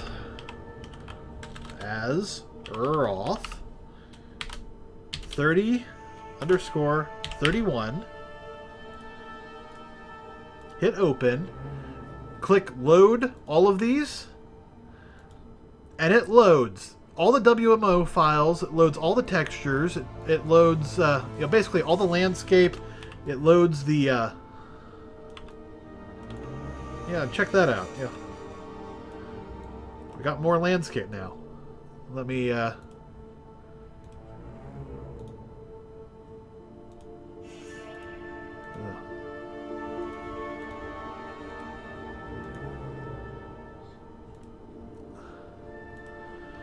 basically, it allows you to load all the models into 3D. Why is that not? Here, if I come back into this mode, you can see, you know, yeah, it's doing pretty well. I don't know why that's offset. That's weird.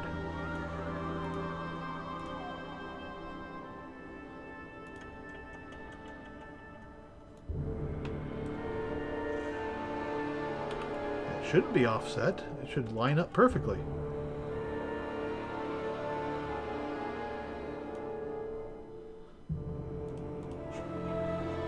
Let's see. No, that's zeroed, and that's not quite zeroed. So obviously there's a problem there. But, you know, I should be able to load this all up and just be able to go about my merry way. Load it up and, you know, have something that I can, you know, do machinimas with, or, you know, many, many other things. But I would be, it's on the level of I would be able to do machinimas that you couldn't do inside the game. Here we're using radiosity and other things that make it look this much better. Yeah, imagine what this will look like when it's fully textured. And when I have the trees automatically loading in. And. Okay, I'm wondering. So, 31...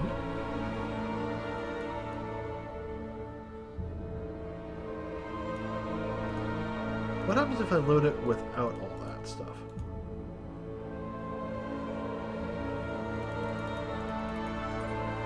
Oh, machinima. It's a word commonly used to say videos made out of video games. Or with video games.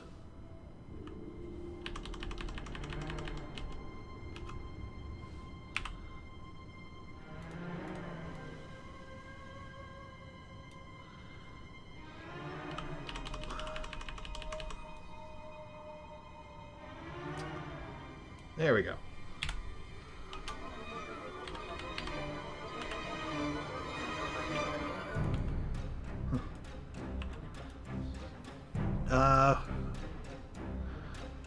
Machinima. Oh. Let's see. I think it's like that. Machinima.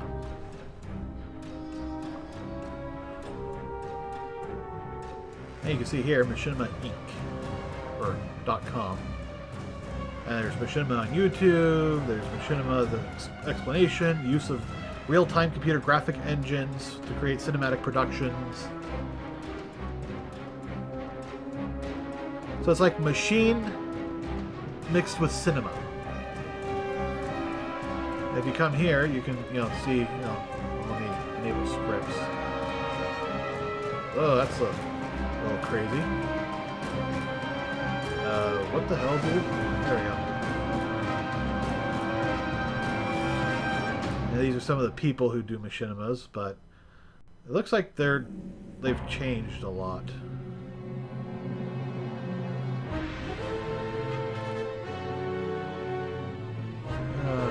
Menu.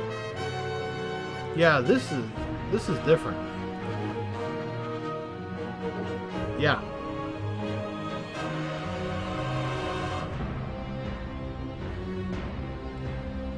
But you can also do stuff like, WoW Machinima. And you'll see stuff like, here, let me pause the music. You'll see stuff like this. Life in Draenor. This is by Slightly Impressive. Hey there, adventurer. We could really use some help with this iron horde problem. Oh, hey, Khadgar. Yeah, no problem. Okay, I think this is where he told me to... Hey there, adventurer. Oh, hi. Weren't you way back there a minute ago? Yep. Now go kill some orcs while I do magic-y things. Alright, I think I've killed all the... Hey there, adventurer. How are you everywhere? Nice haircut, I guess, but why did you shave your head right before moving to the coldest zone on the planet? The grass. It moves. Oh, I could build an inn. Wait, no, the trading post sounds better. Wait, but the barn... Exactly, it's red And versus blue. This is my inn. Aw, man, that's way better than my trading post. Now I have inn envy. Where is this mob? Is it in a cave somewhere? Ugh, stupid Nagrand. This new road party feature is lackluster. Okay, just need one more savage something or other and I'll be ready for... Hey there, adventurer. Ah, stop that. We heard you weren't skilled enough in herbalism to pick flowers out in the wild, Commander, so we've provided some nice, safe alternatives in this fenced-in, controlled environment for you to practice with. Oh, thank you. I really appreciate your... Whoa, hey! Who's in charge of security around here? Oops. So you're telling me if I give you a bunch of stone, you'll take it and bring me back some more ore? That's right, Commander. But why? What are you doing with all that stone? Oh, don't worry about that. Why don't you just go back to pretending to be a miner down there? Okay, but... Hey there, adventurer. Not now, Khadgar. I haven't seen any poop quests yet. I wonder if... Oh. One of these days, Pepe. Ugh. Lol.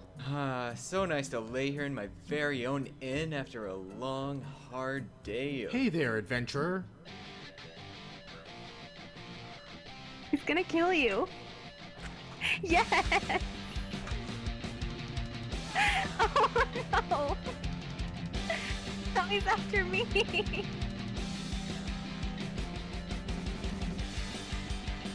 But yeah, Slightly Impressive actually has really good WoW Machinima. Vanilla versus WoD?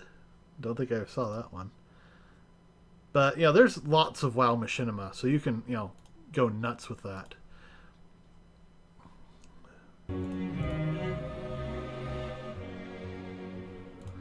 Alright, so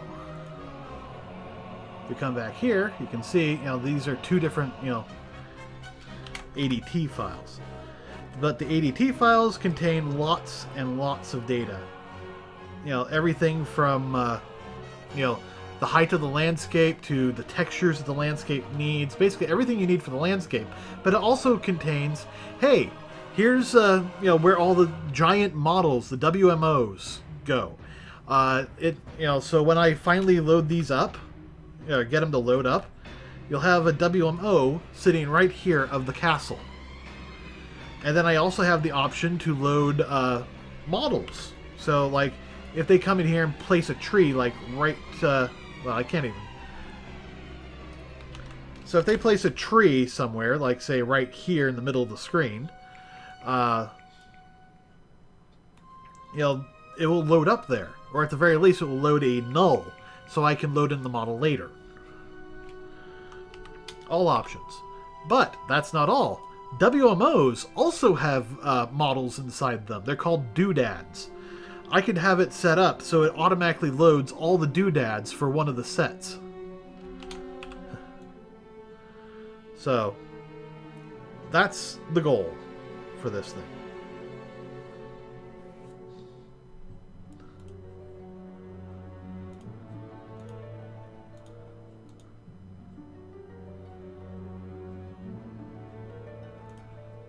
And I'm still curious as to why these two are loading differently. But still, the fact that we're getting this data, or yeah, the fact that we're getting this data out is making me very happy.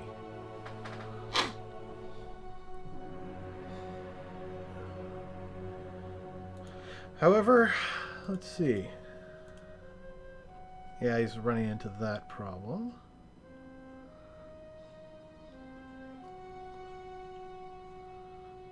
Alright. So now comes the problem of trying to get this to load, left and right. Not just, vertical beams.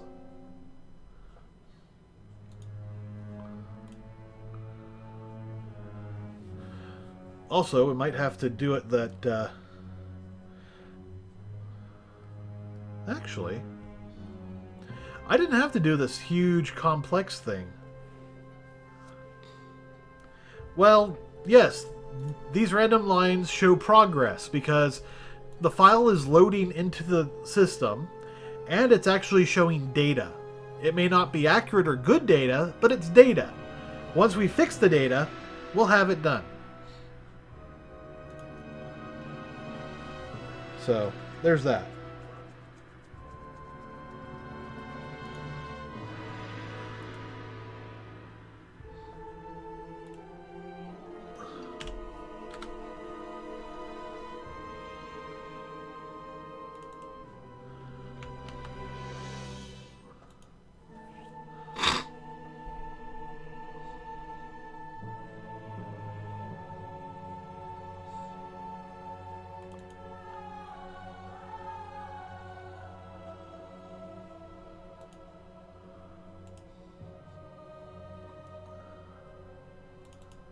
Alright, so we now have color map.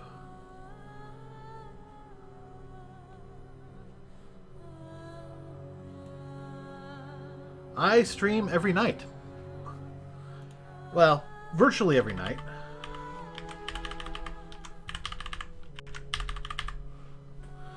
I start at 10 p.m.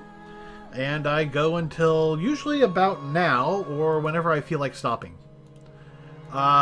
Often I will do gaming, but occasionally I'll do some programming just because I feel like it. Or game development. I sometimes do that. But I try to stream every night starting at 10 p.m. Pacific time. Ooh, that's better. Still not great, but it's better. Looks like it's using different colors for each one. Still crashing on that one. Good.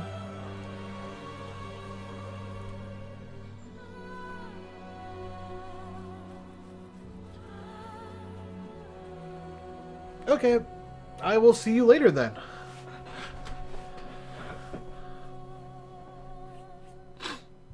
And I hope this... Actually, I hope to see you later. Good night. Ah.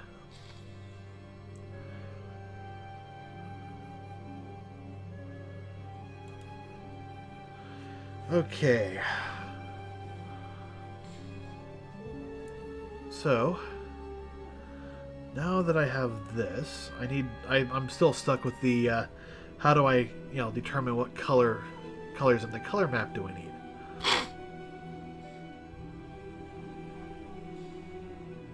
What about source?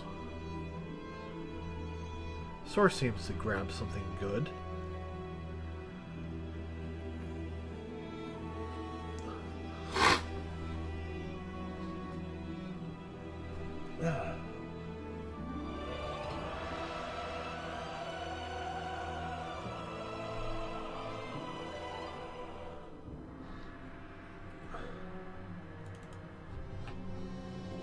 Alright.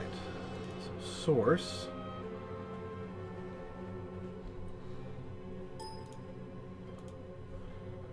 Let's see. Source 0.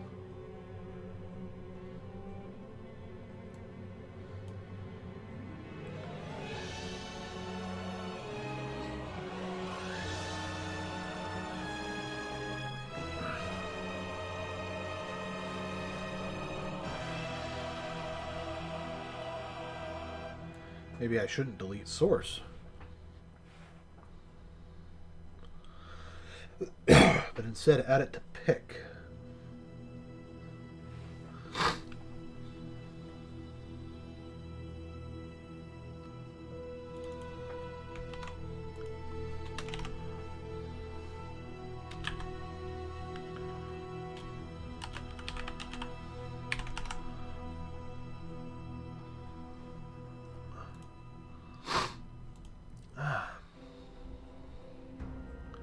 Let's see, they have a buffer, which is unsigned car.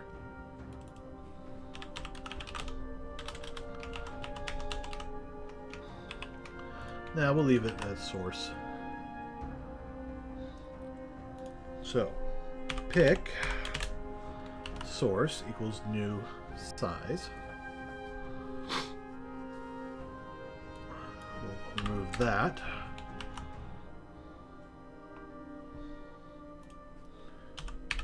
Pick source, pick source, pick source, pick source, pick source, and we don't have any others, we're just doing these for the moment.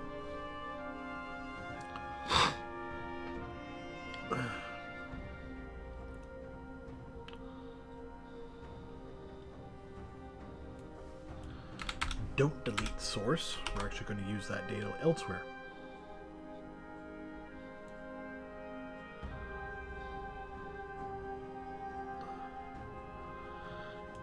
So, pick source J. So, K equals pick source J.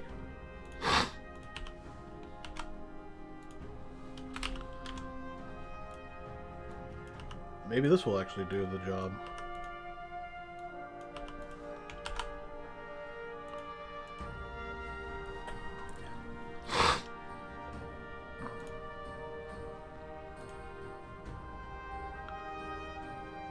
Yeah, maybe this is exactly what we needed, is to bring source into it. Nope.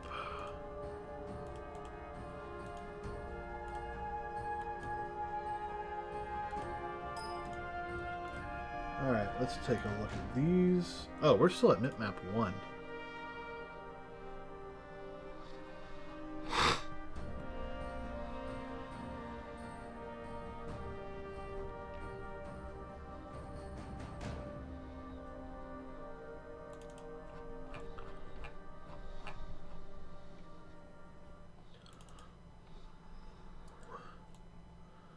We need 0.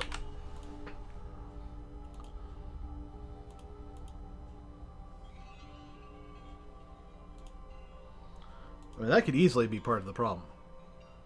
Trying to fill in 256 data with something less. Well, that's still different. But it's still not giving us all the vertical data.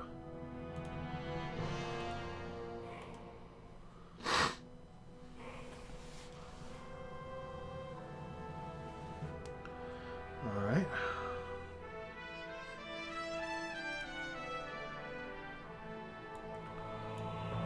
Fortunately, I can safely remove that.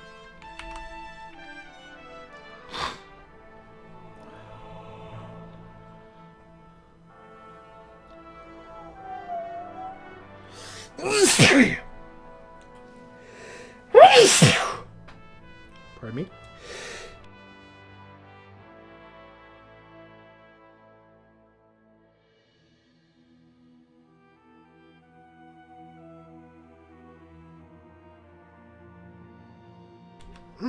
Sorry about that. Don't know why my nose just started running. And when my nose runs, I like to sneeze. Not by choice, but... Sorry.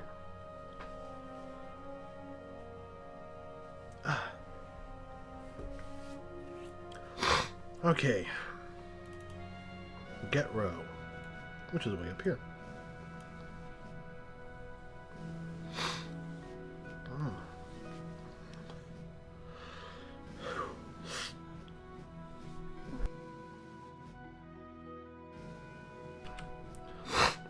Yeah, I'm muting the streams because I don't think you want to hear sneezing directly in your ears.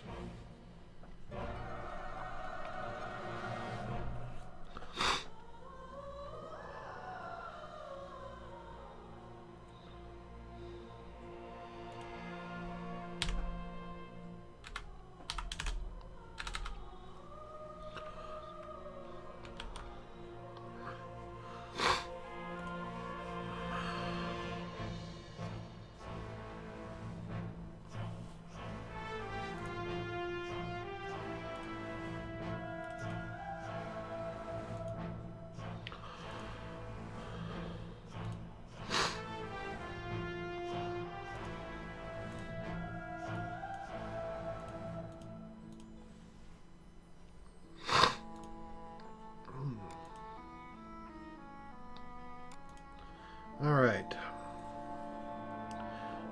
So I loaded up a different one on purpose, so I could try and find out where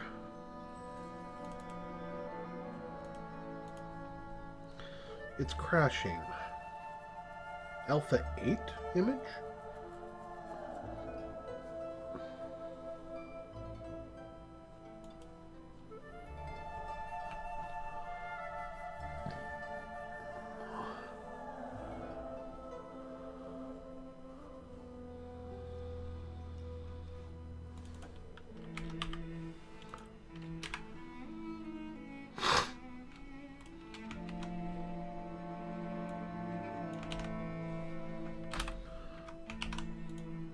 Okay, so right here is where it's having problems.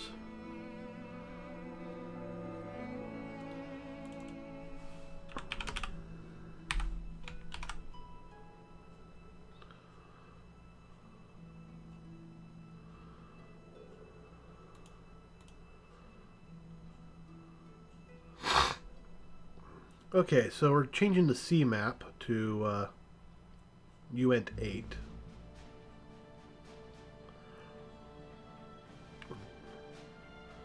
So, go through, look for C map, and if it does not equal source,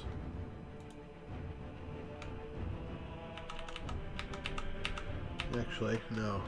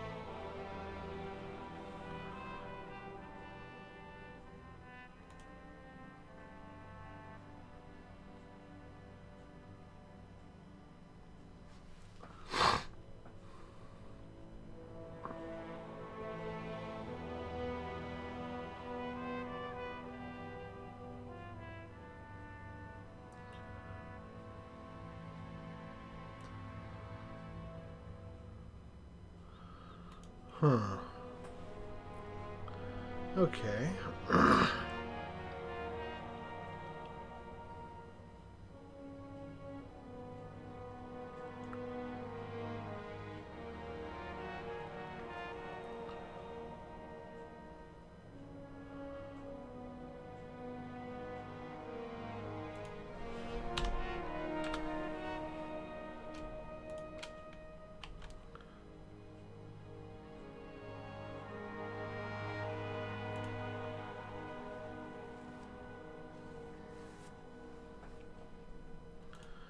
Nope, that's all right.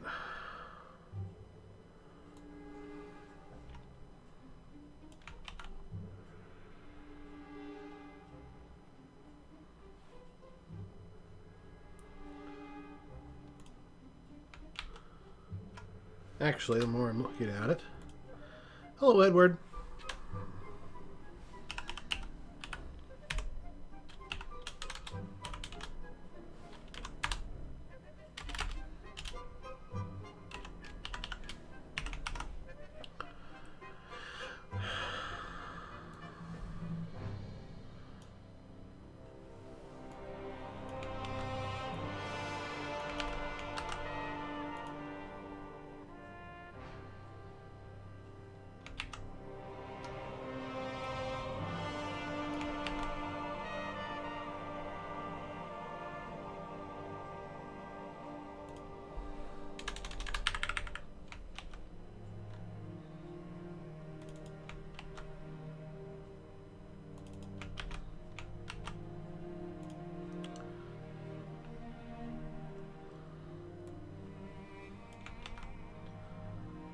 Alrighty.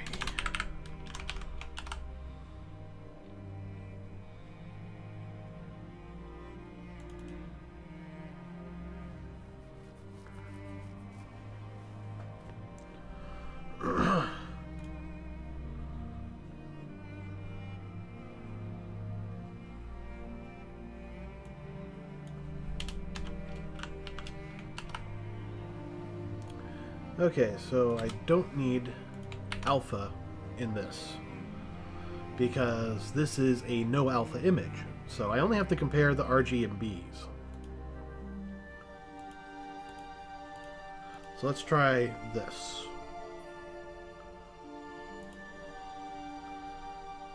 And actually, let's move that, copy this into here.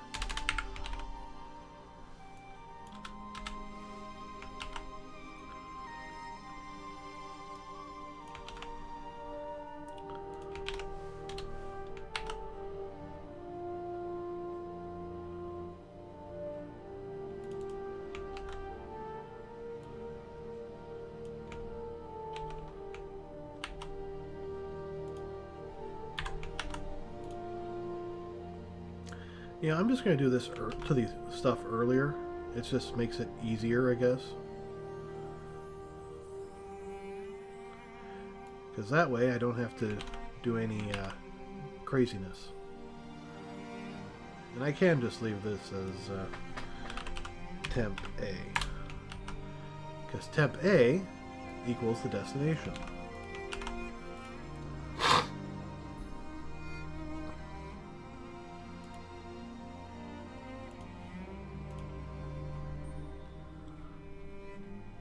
So now this should work on all of these. Yep, hit the rebuild. Oh well. It'll take a little longer to build, but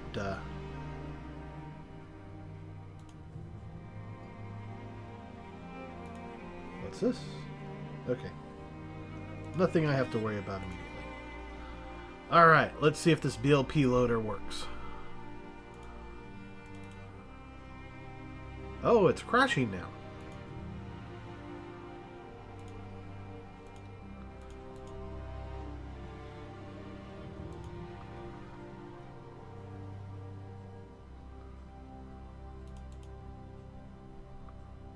Map C size.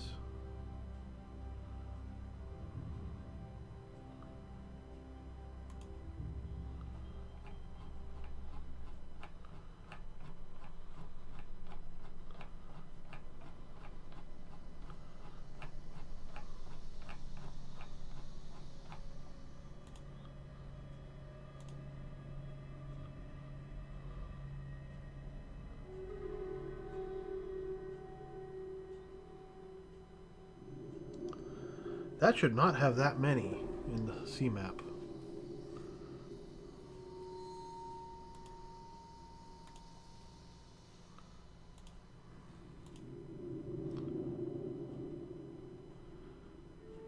Yeah, color map should be new RGBA 55. Okay, so why is CMAP so big?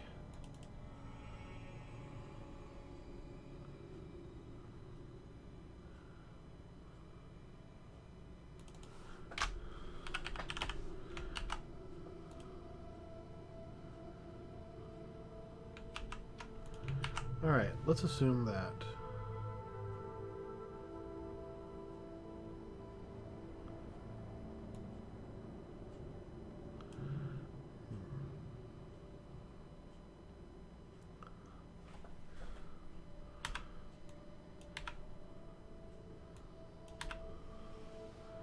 Found equals true.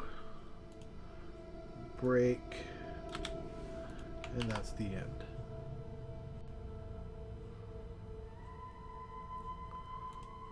Because we don't need to keep going if we've already found it.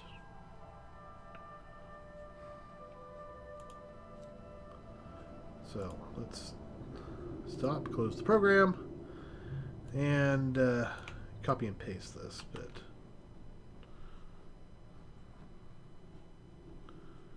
Well, okay, this bit.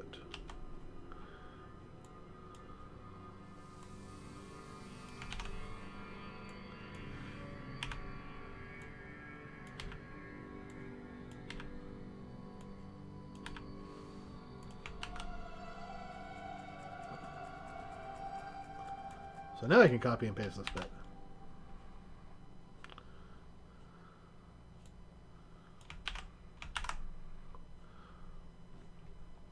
Okay, so this should do better.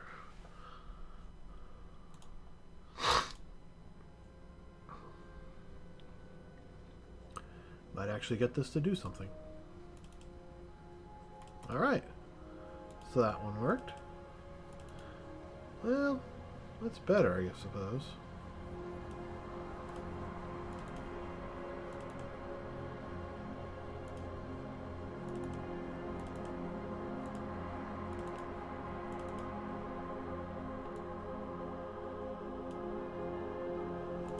Okay. And if we look at the log. Okay, so there's that one. There's this one. Compression, depth of 0. Compression, depth of 8. Depth of 8, depth of 8, depth of 8. Be nice to find one with a depth of 4, but oh well. Actually, I just completely forgot. I needed to look at the alphas on that.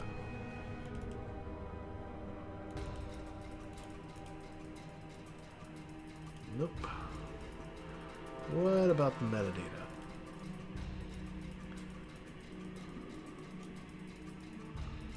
Okay.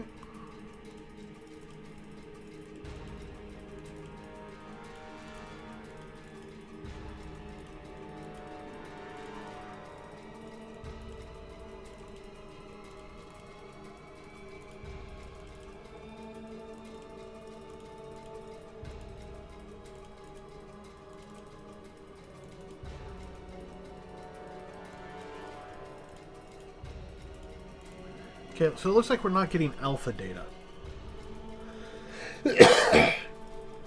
I also question where we're getting the palette data. But according to these guys, the palette is actually part of the BLP2 header. So there's that.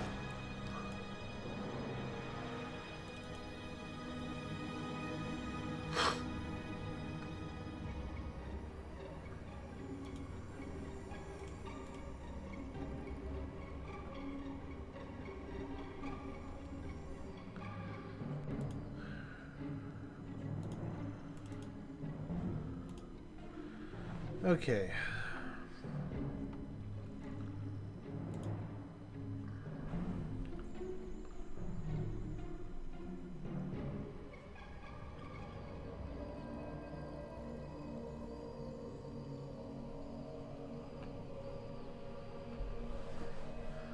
So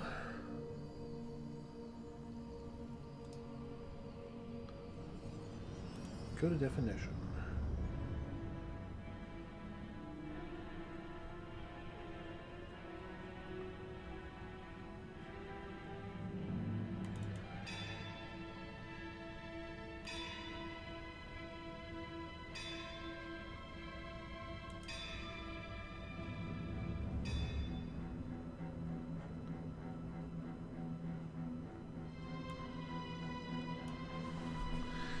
Alright, now we're going to do this.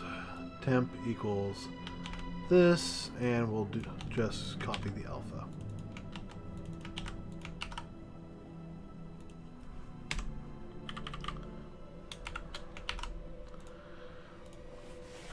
I just have a feeling like this is probably more accurate.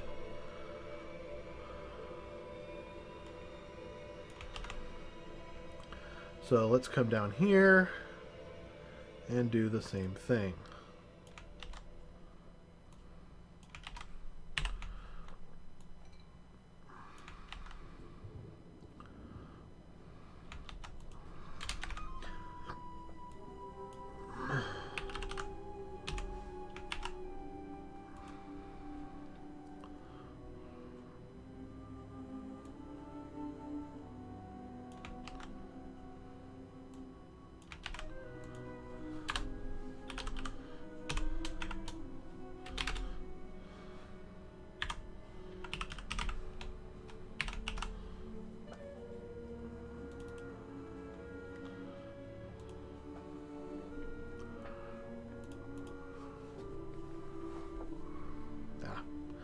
Keep forgetting I gotta close this thing.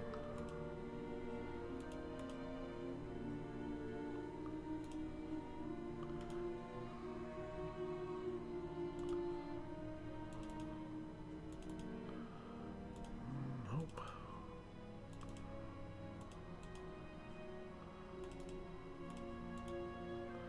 Nope, still hitting that.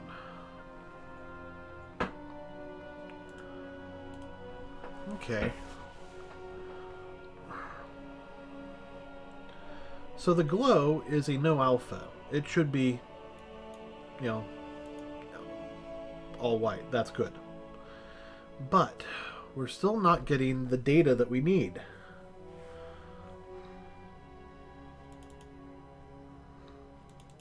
I'm not sure how we're returning the buffer when destination seems to be what we're dealing with.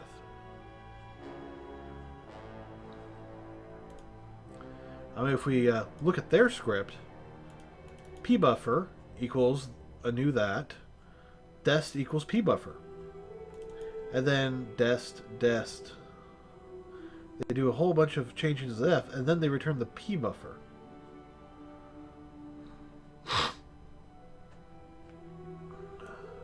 That just doesn't make sense to me.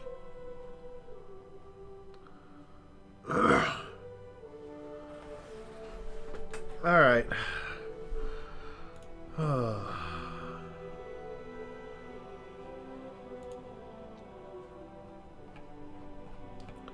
Let's come down here and check get row.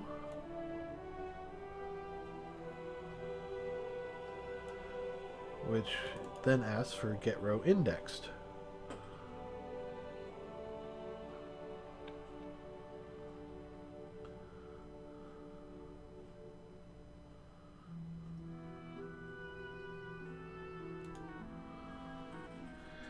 Okay, so this is expanding each of these to this scale, which is what we need.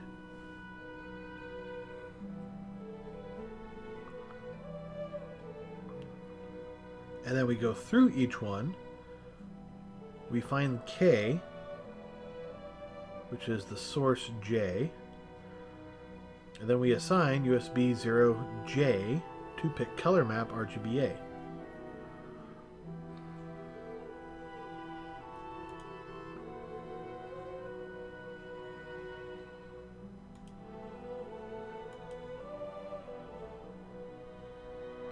Oh, that's what we need to do. Alright, so I forgot we have to do a change here. Or do we? I think it's just RGB. for...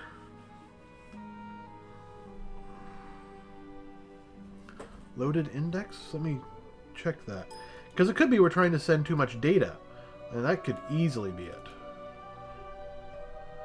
Alright. Here's load. No, we want this.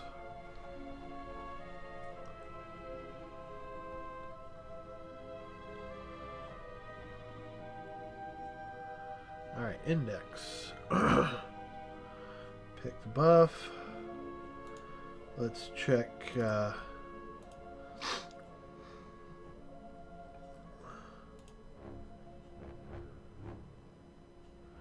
Alright.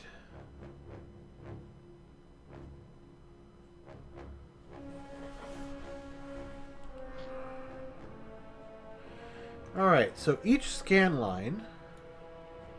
So, each one of these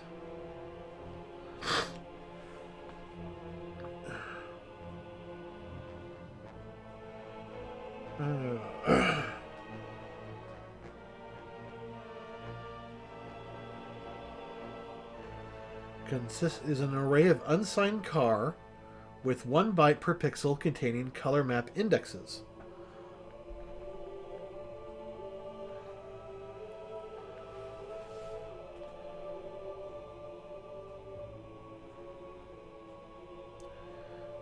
So what we need to do here is probably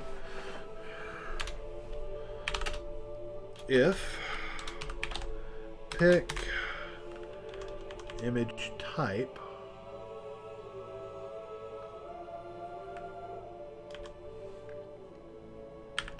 no, I think this has to be header. Yeah. Header alpha depth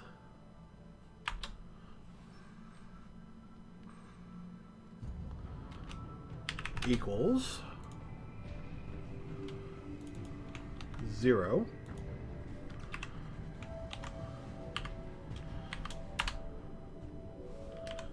else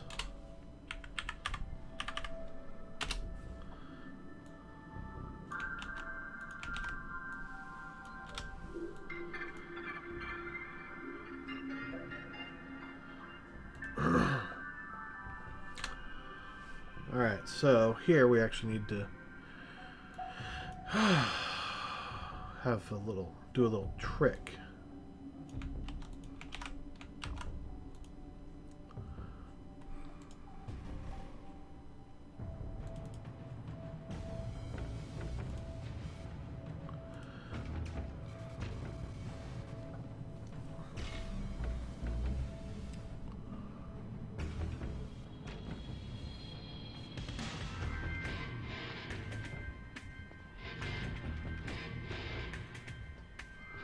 Actually, no, we don't need any of that.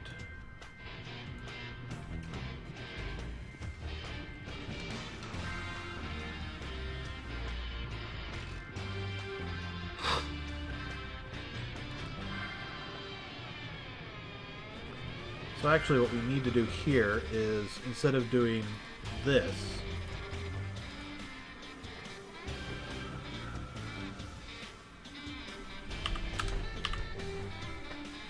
we'll just do that.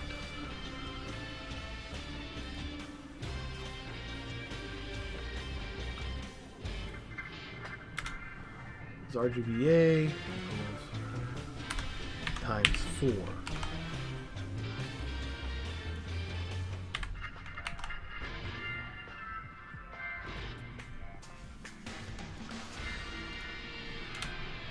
Okay, so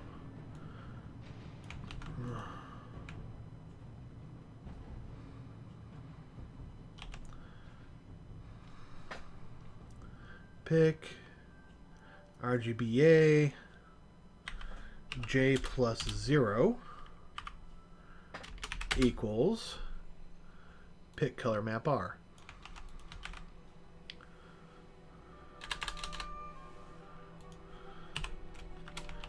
All right.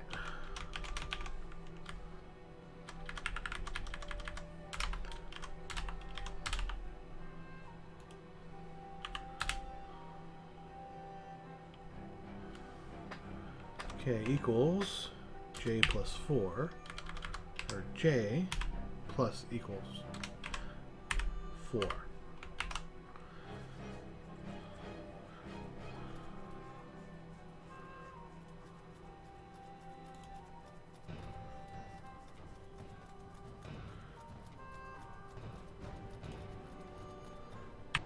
And we'll multiply that by 4.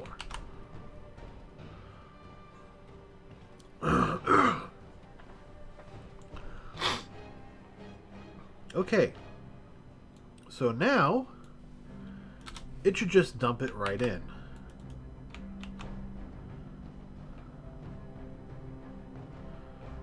So if we come right down here,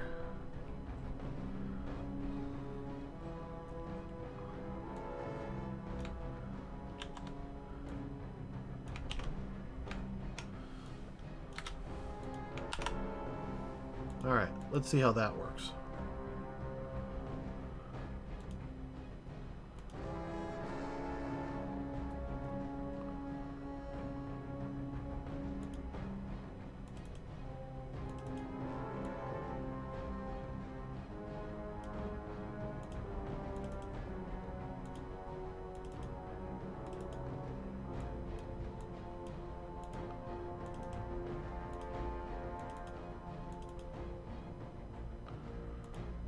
Okay, so something screwed up there.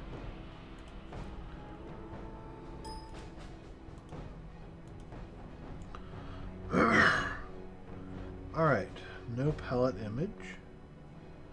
Alpha 8, Alpha 8, Alpha 8, Alpha 8. So the first one should have worked, unless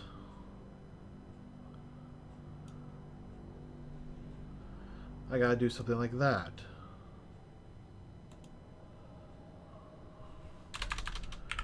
So let's do this.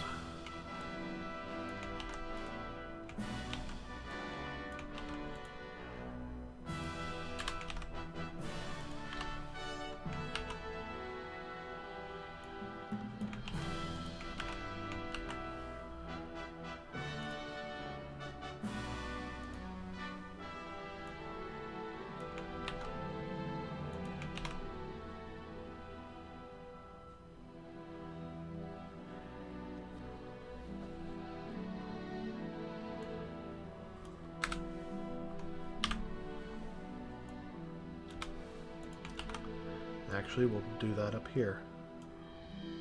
Oh, that would be a problem. R, G, B, A. Yuku.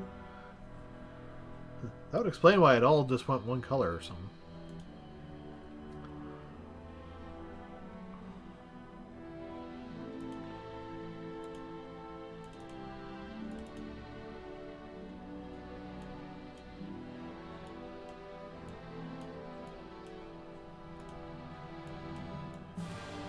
Okay.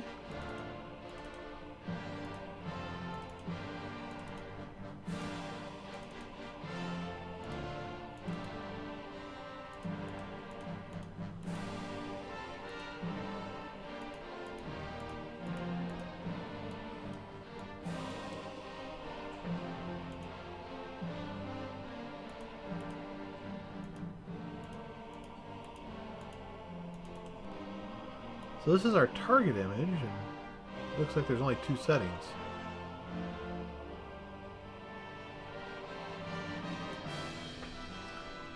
Okay, so that didn't work.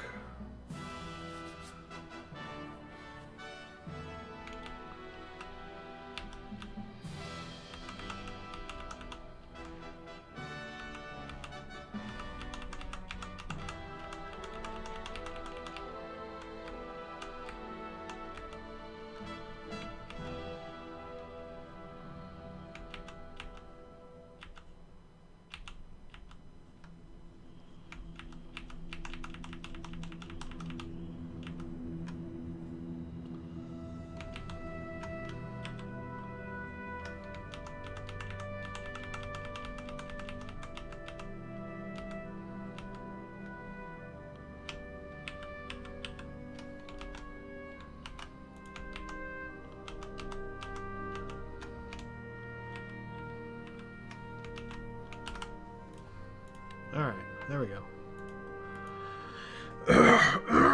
That takes us back. But at least it's not, you know, as nuts as it was.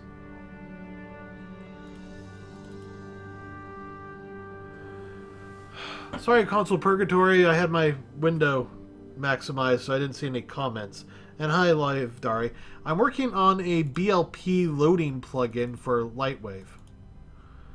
As you can see, I'm getting some data, but not in the proper order.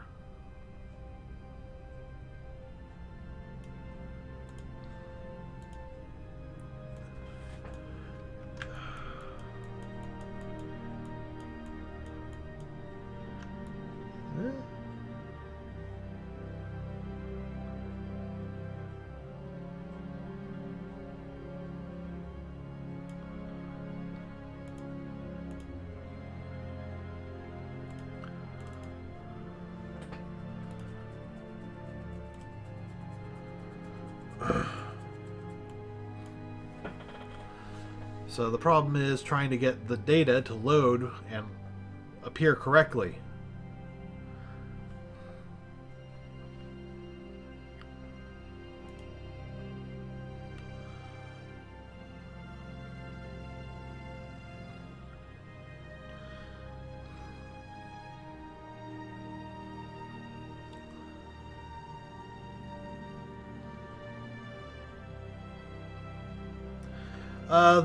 With this particular plugin, I'm actually just trying to load the data in Lightwave.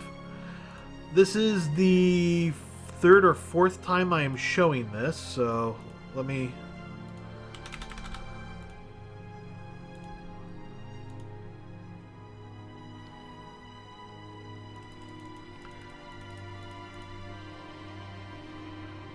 There you go.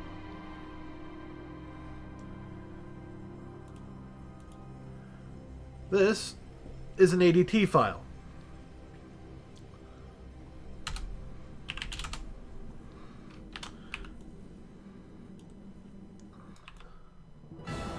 These are the massive landscape files that World of Warcraft loads. They includes all sorts of data, such as height, width, elevation, colors. All that is loaded into here, and my goal is to have it natively load into this engine.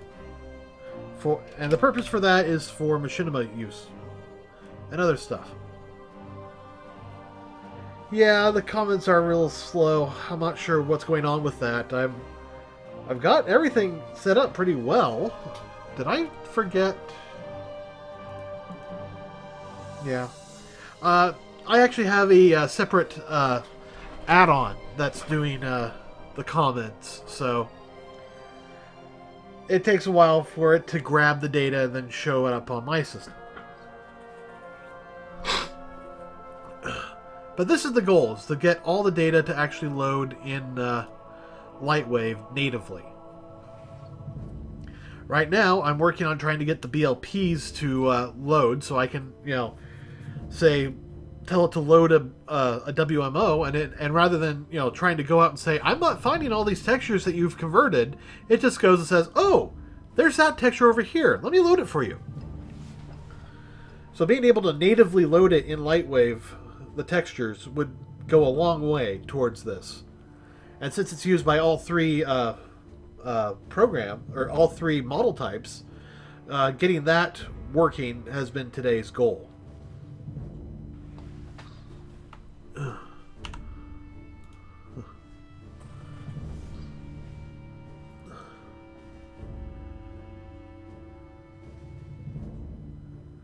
Yeah.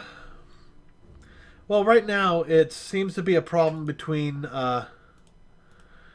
trying to get it to work with Lightwave and trying to get it to load. So I don't know if the problem is coming on the Lightwave side of things, or if it's coming from the BLP side of things. More than likely, it's just a problem in between.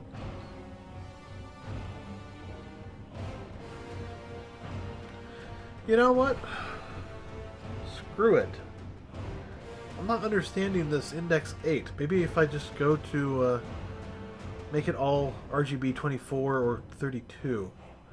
With 32, that's easy. I can pretty much just go with it as is. So let's see what happens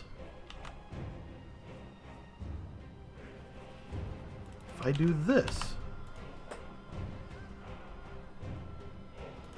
Better close this.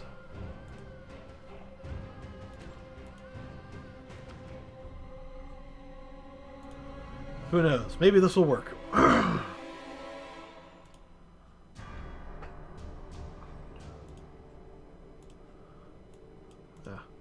There we go.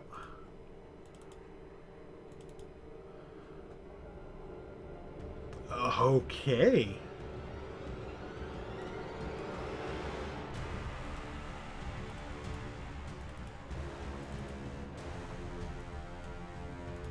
Wow.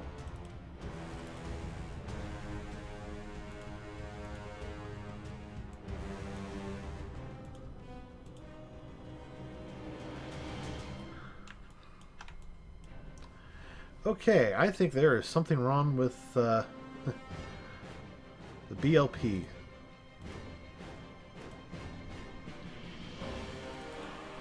So let's take a quick look.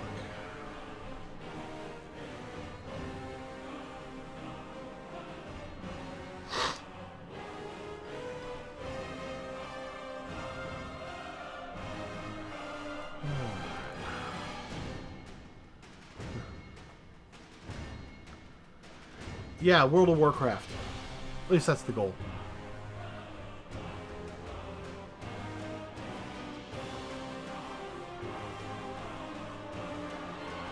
Hence why I have World of Warcraft music on.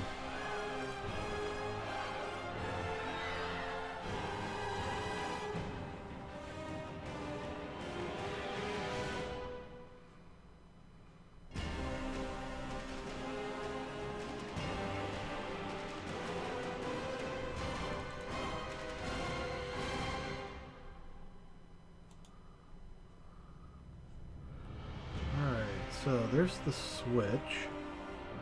Pellet. Case. Haven't even touched DTXs yet. I'm still working on the palette stuff.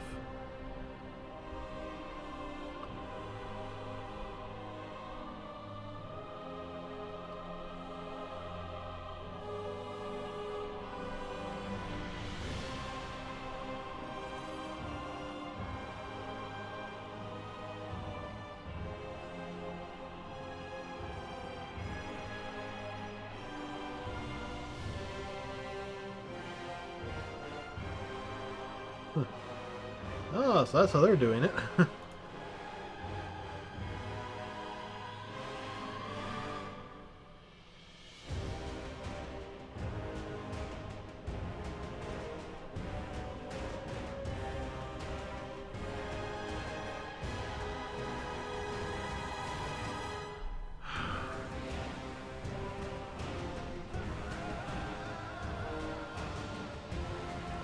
Free image.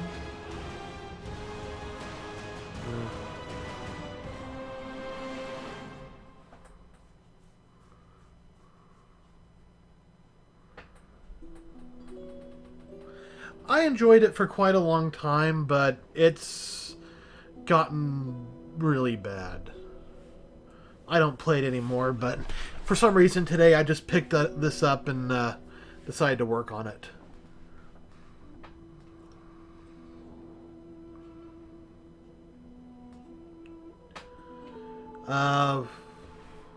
Over phone? Are you talking like on Skype or something?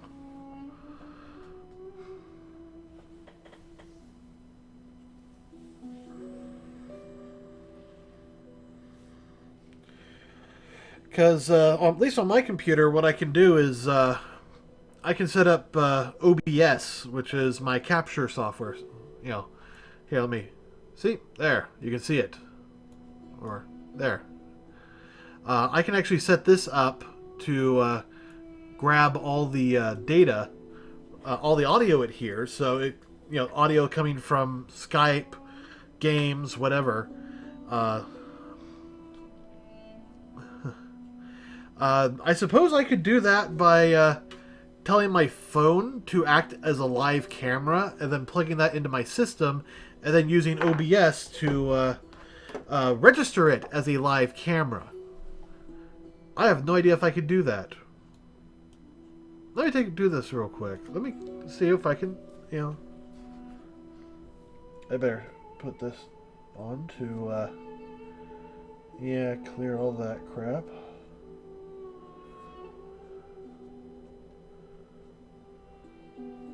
Alright, so that's that. Video capture device. Call this phone.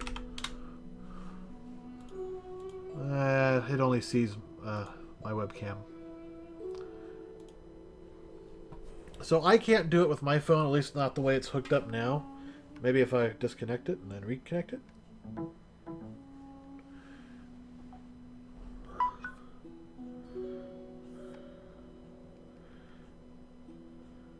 Come on. React. Is this your problem? You're just so freaking slow?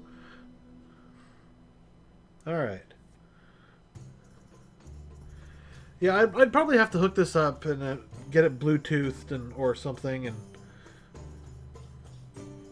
But that's something I'll work on later. Hey, Proto! How you doing?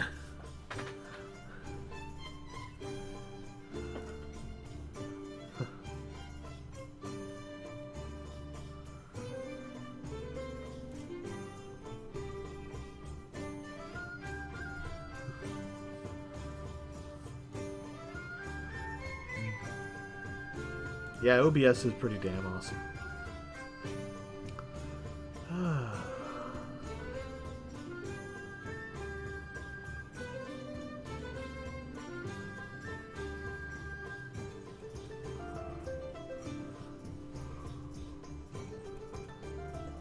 It's doing extern C stuff. Interesting.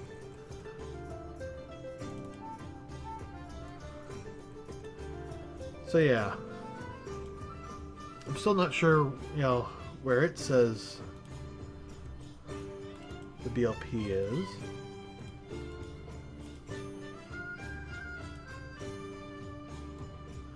I mean, I can look here.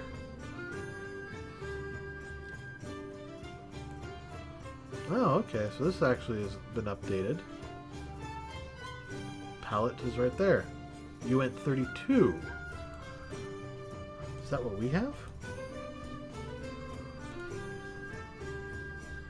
Yes, UNT 32, UNT 32, UNT 32, 32.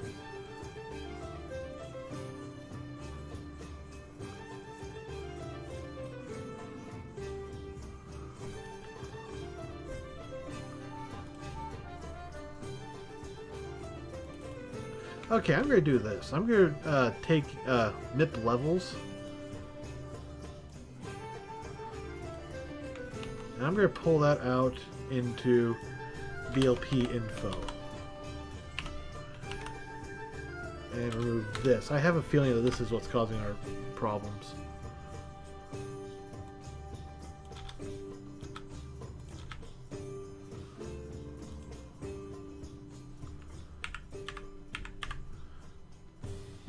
Cool.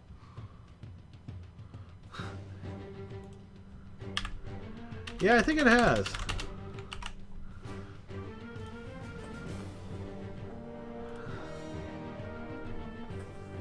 I mean, I moved too, so.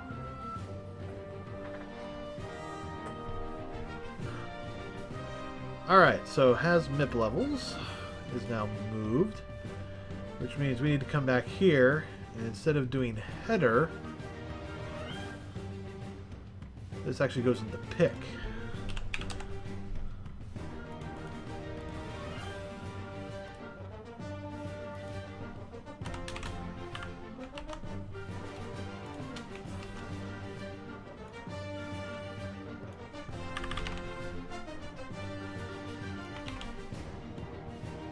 Call of the Crusade.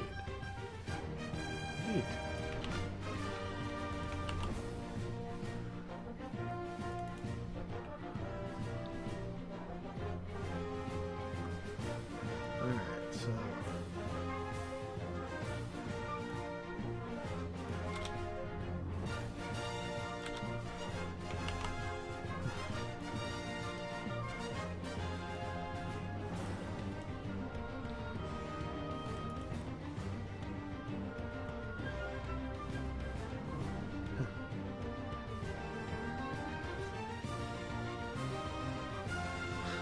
I'm rarely making WoW plugins. Although I did used to make add-ons back when I enjoyed playing the game. Yeah, I do work on some of my own projects. I've got my own MMO that I'm very slowly working on. I've got a reproduction of Zelda's Majora's Mask that I'm working on. But right now that's kind of stalled out because I need to write a plugin or an app that will let me load the models with rigs and everything and animation.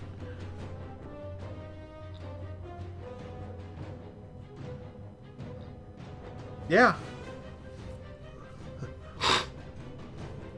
Oh, Proto. I don't know if you saw it, but I did actually post an updated picture of the fleet. You might want to look on that. I posted it both on our forums and on Star Citizen's forums. So, you can take a look at those. Alright, get width.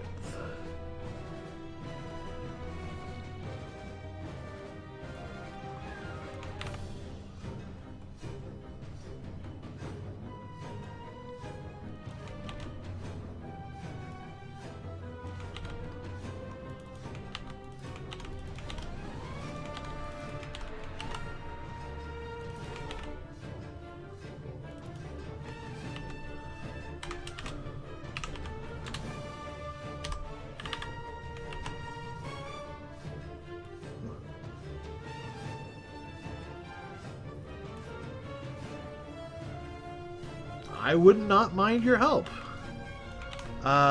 You'll have to come back at a point where I'm actually working on the Zelda game, but other than that, or the MMO. Either way, that's a lot of programming work I gotta do.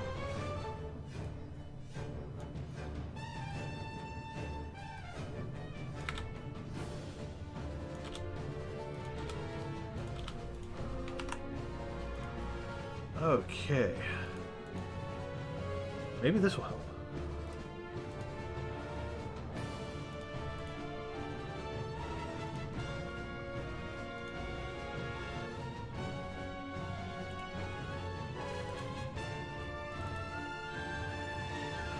Well, it's definitely different. But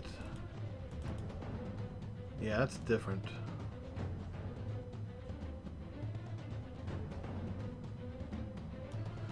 Alright. This is tricky and discouraging.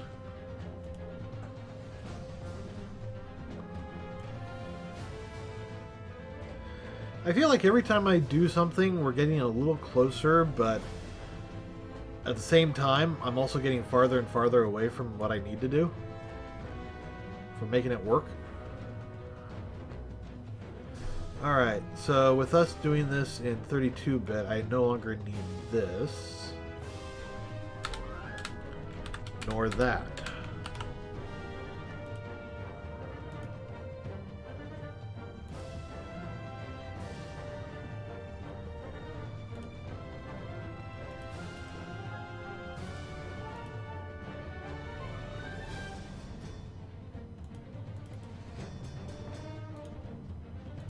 Yes, load. Alright. Load gray 24. Yeah, load 24. That's probably the closest.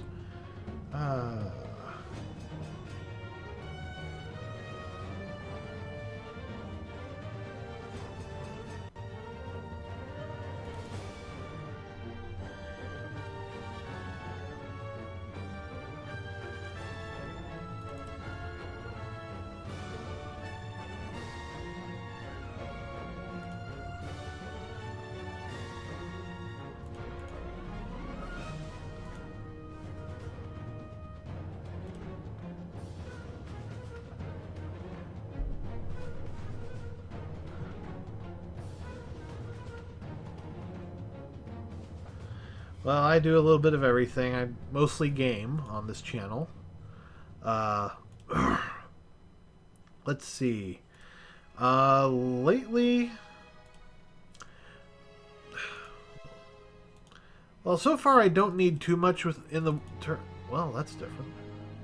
I don't need too much in terms of programming or 3D because I'm trying to program a model exporter for Zelda. So, but at some point I do need the... that's the Zelda one. You know, the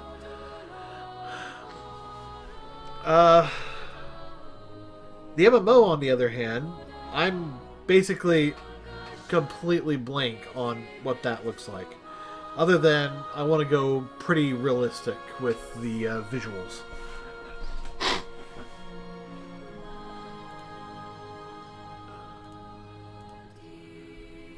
But I'm still working on all sorts of stuff for that, so...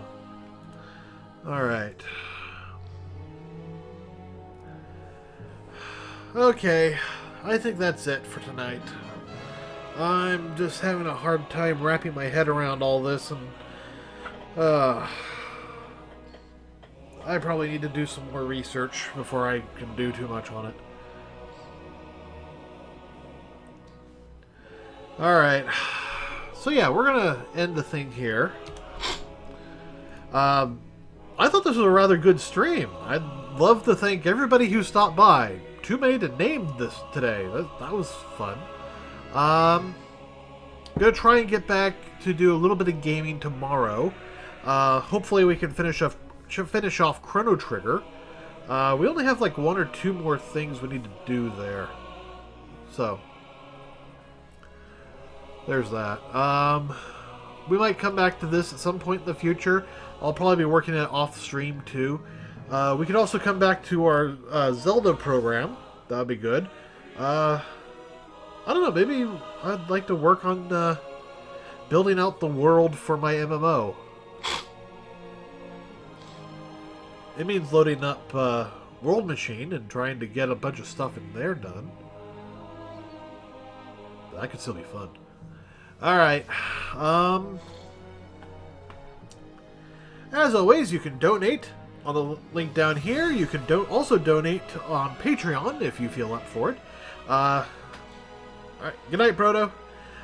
You can watch me on any of the streams over here. You can follow me on Twitter so you get a notice of you know, when I'm going to stream, what I'm going to stream, or if I'm going to miss a stream.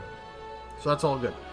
People on YouTube, please like and subscribe. Let me know if you have an idea for a game you want me to play. If you are feeling particularly vindictive, for $100 on Patreon, you can force me to play a game.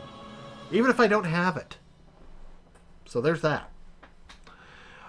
Looking at other things I can add to Patreon, I'm thinking of adding like a $250 payoff where I will completely shave my beard.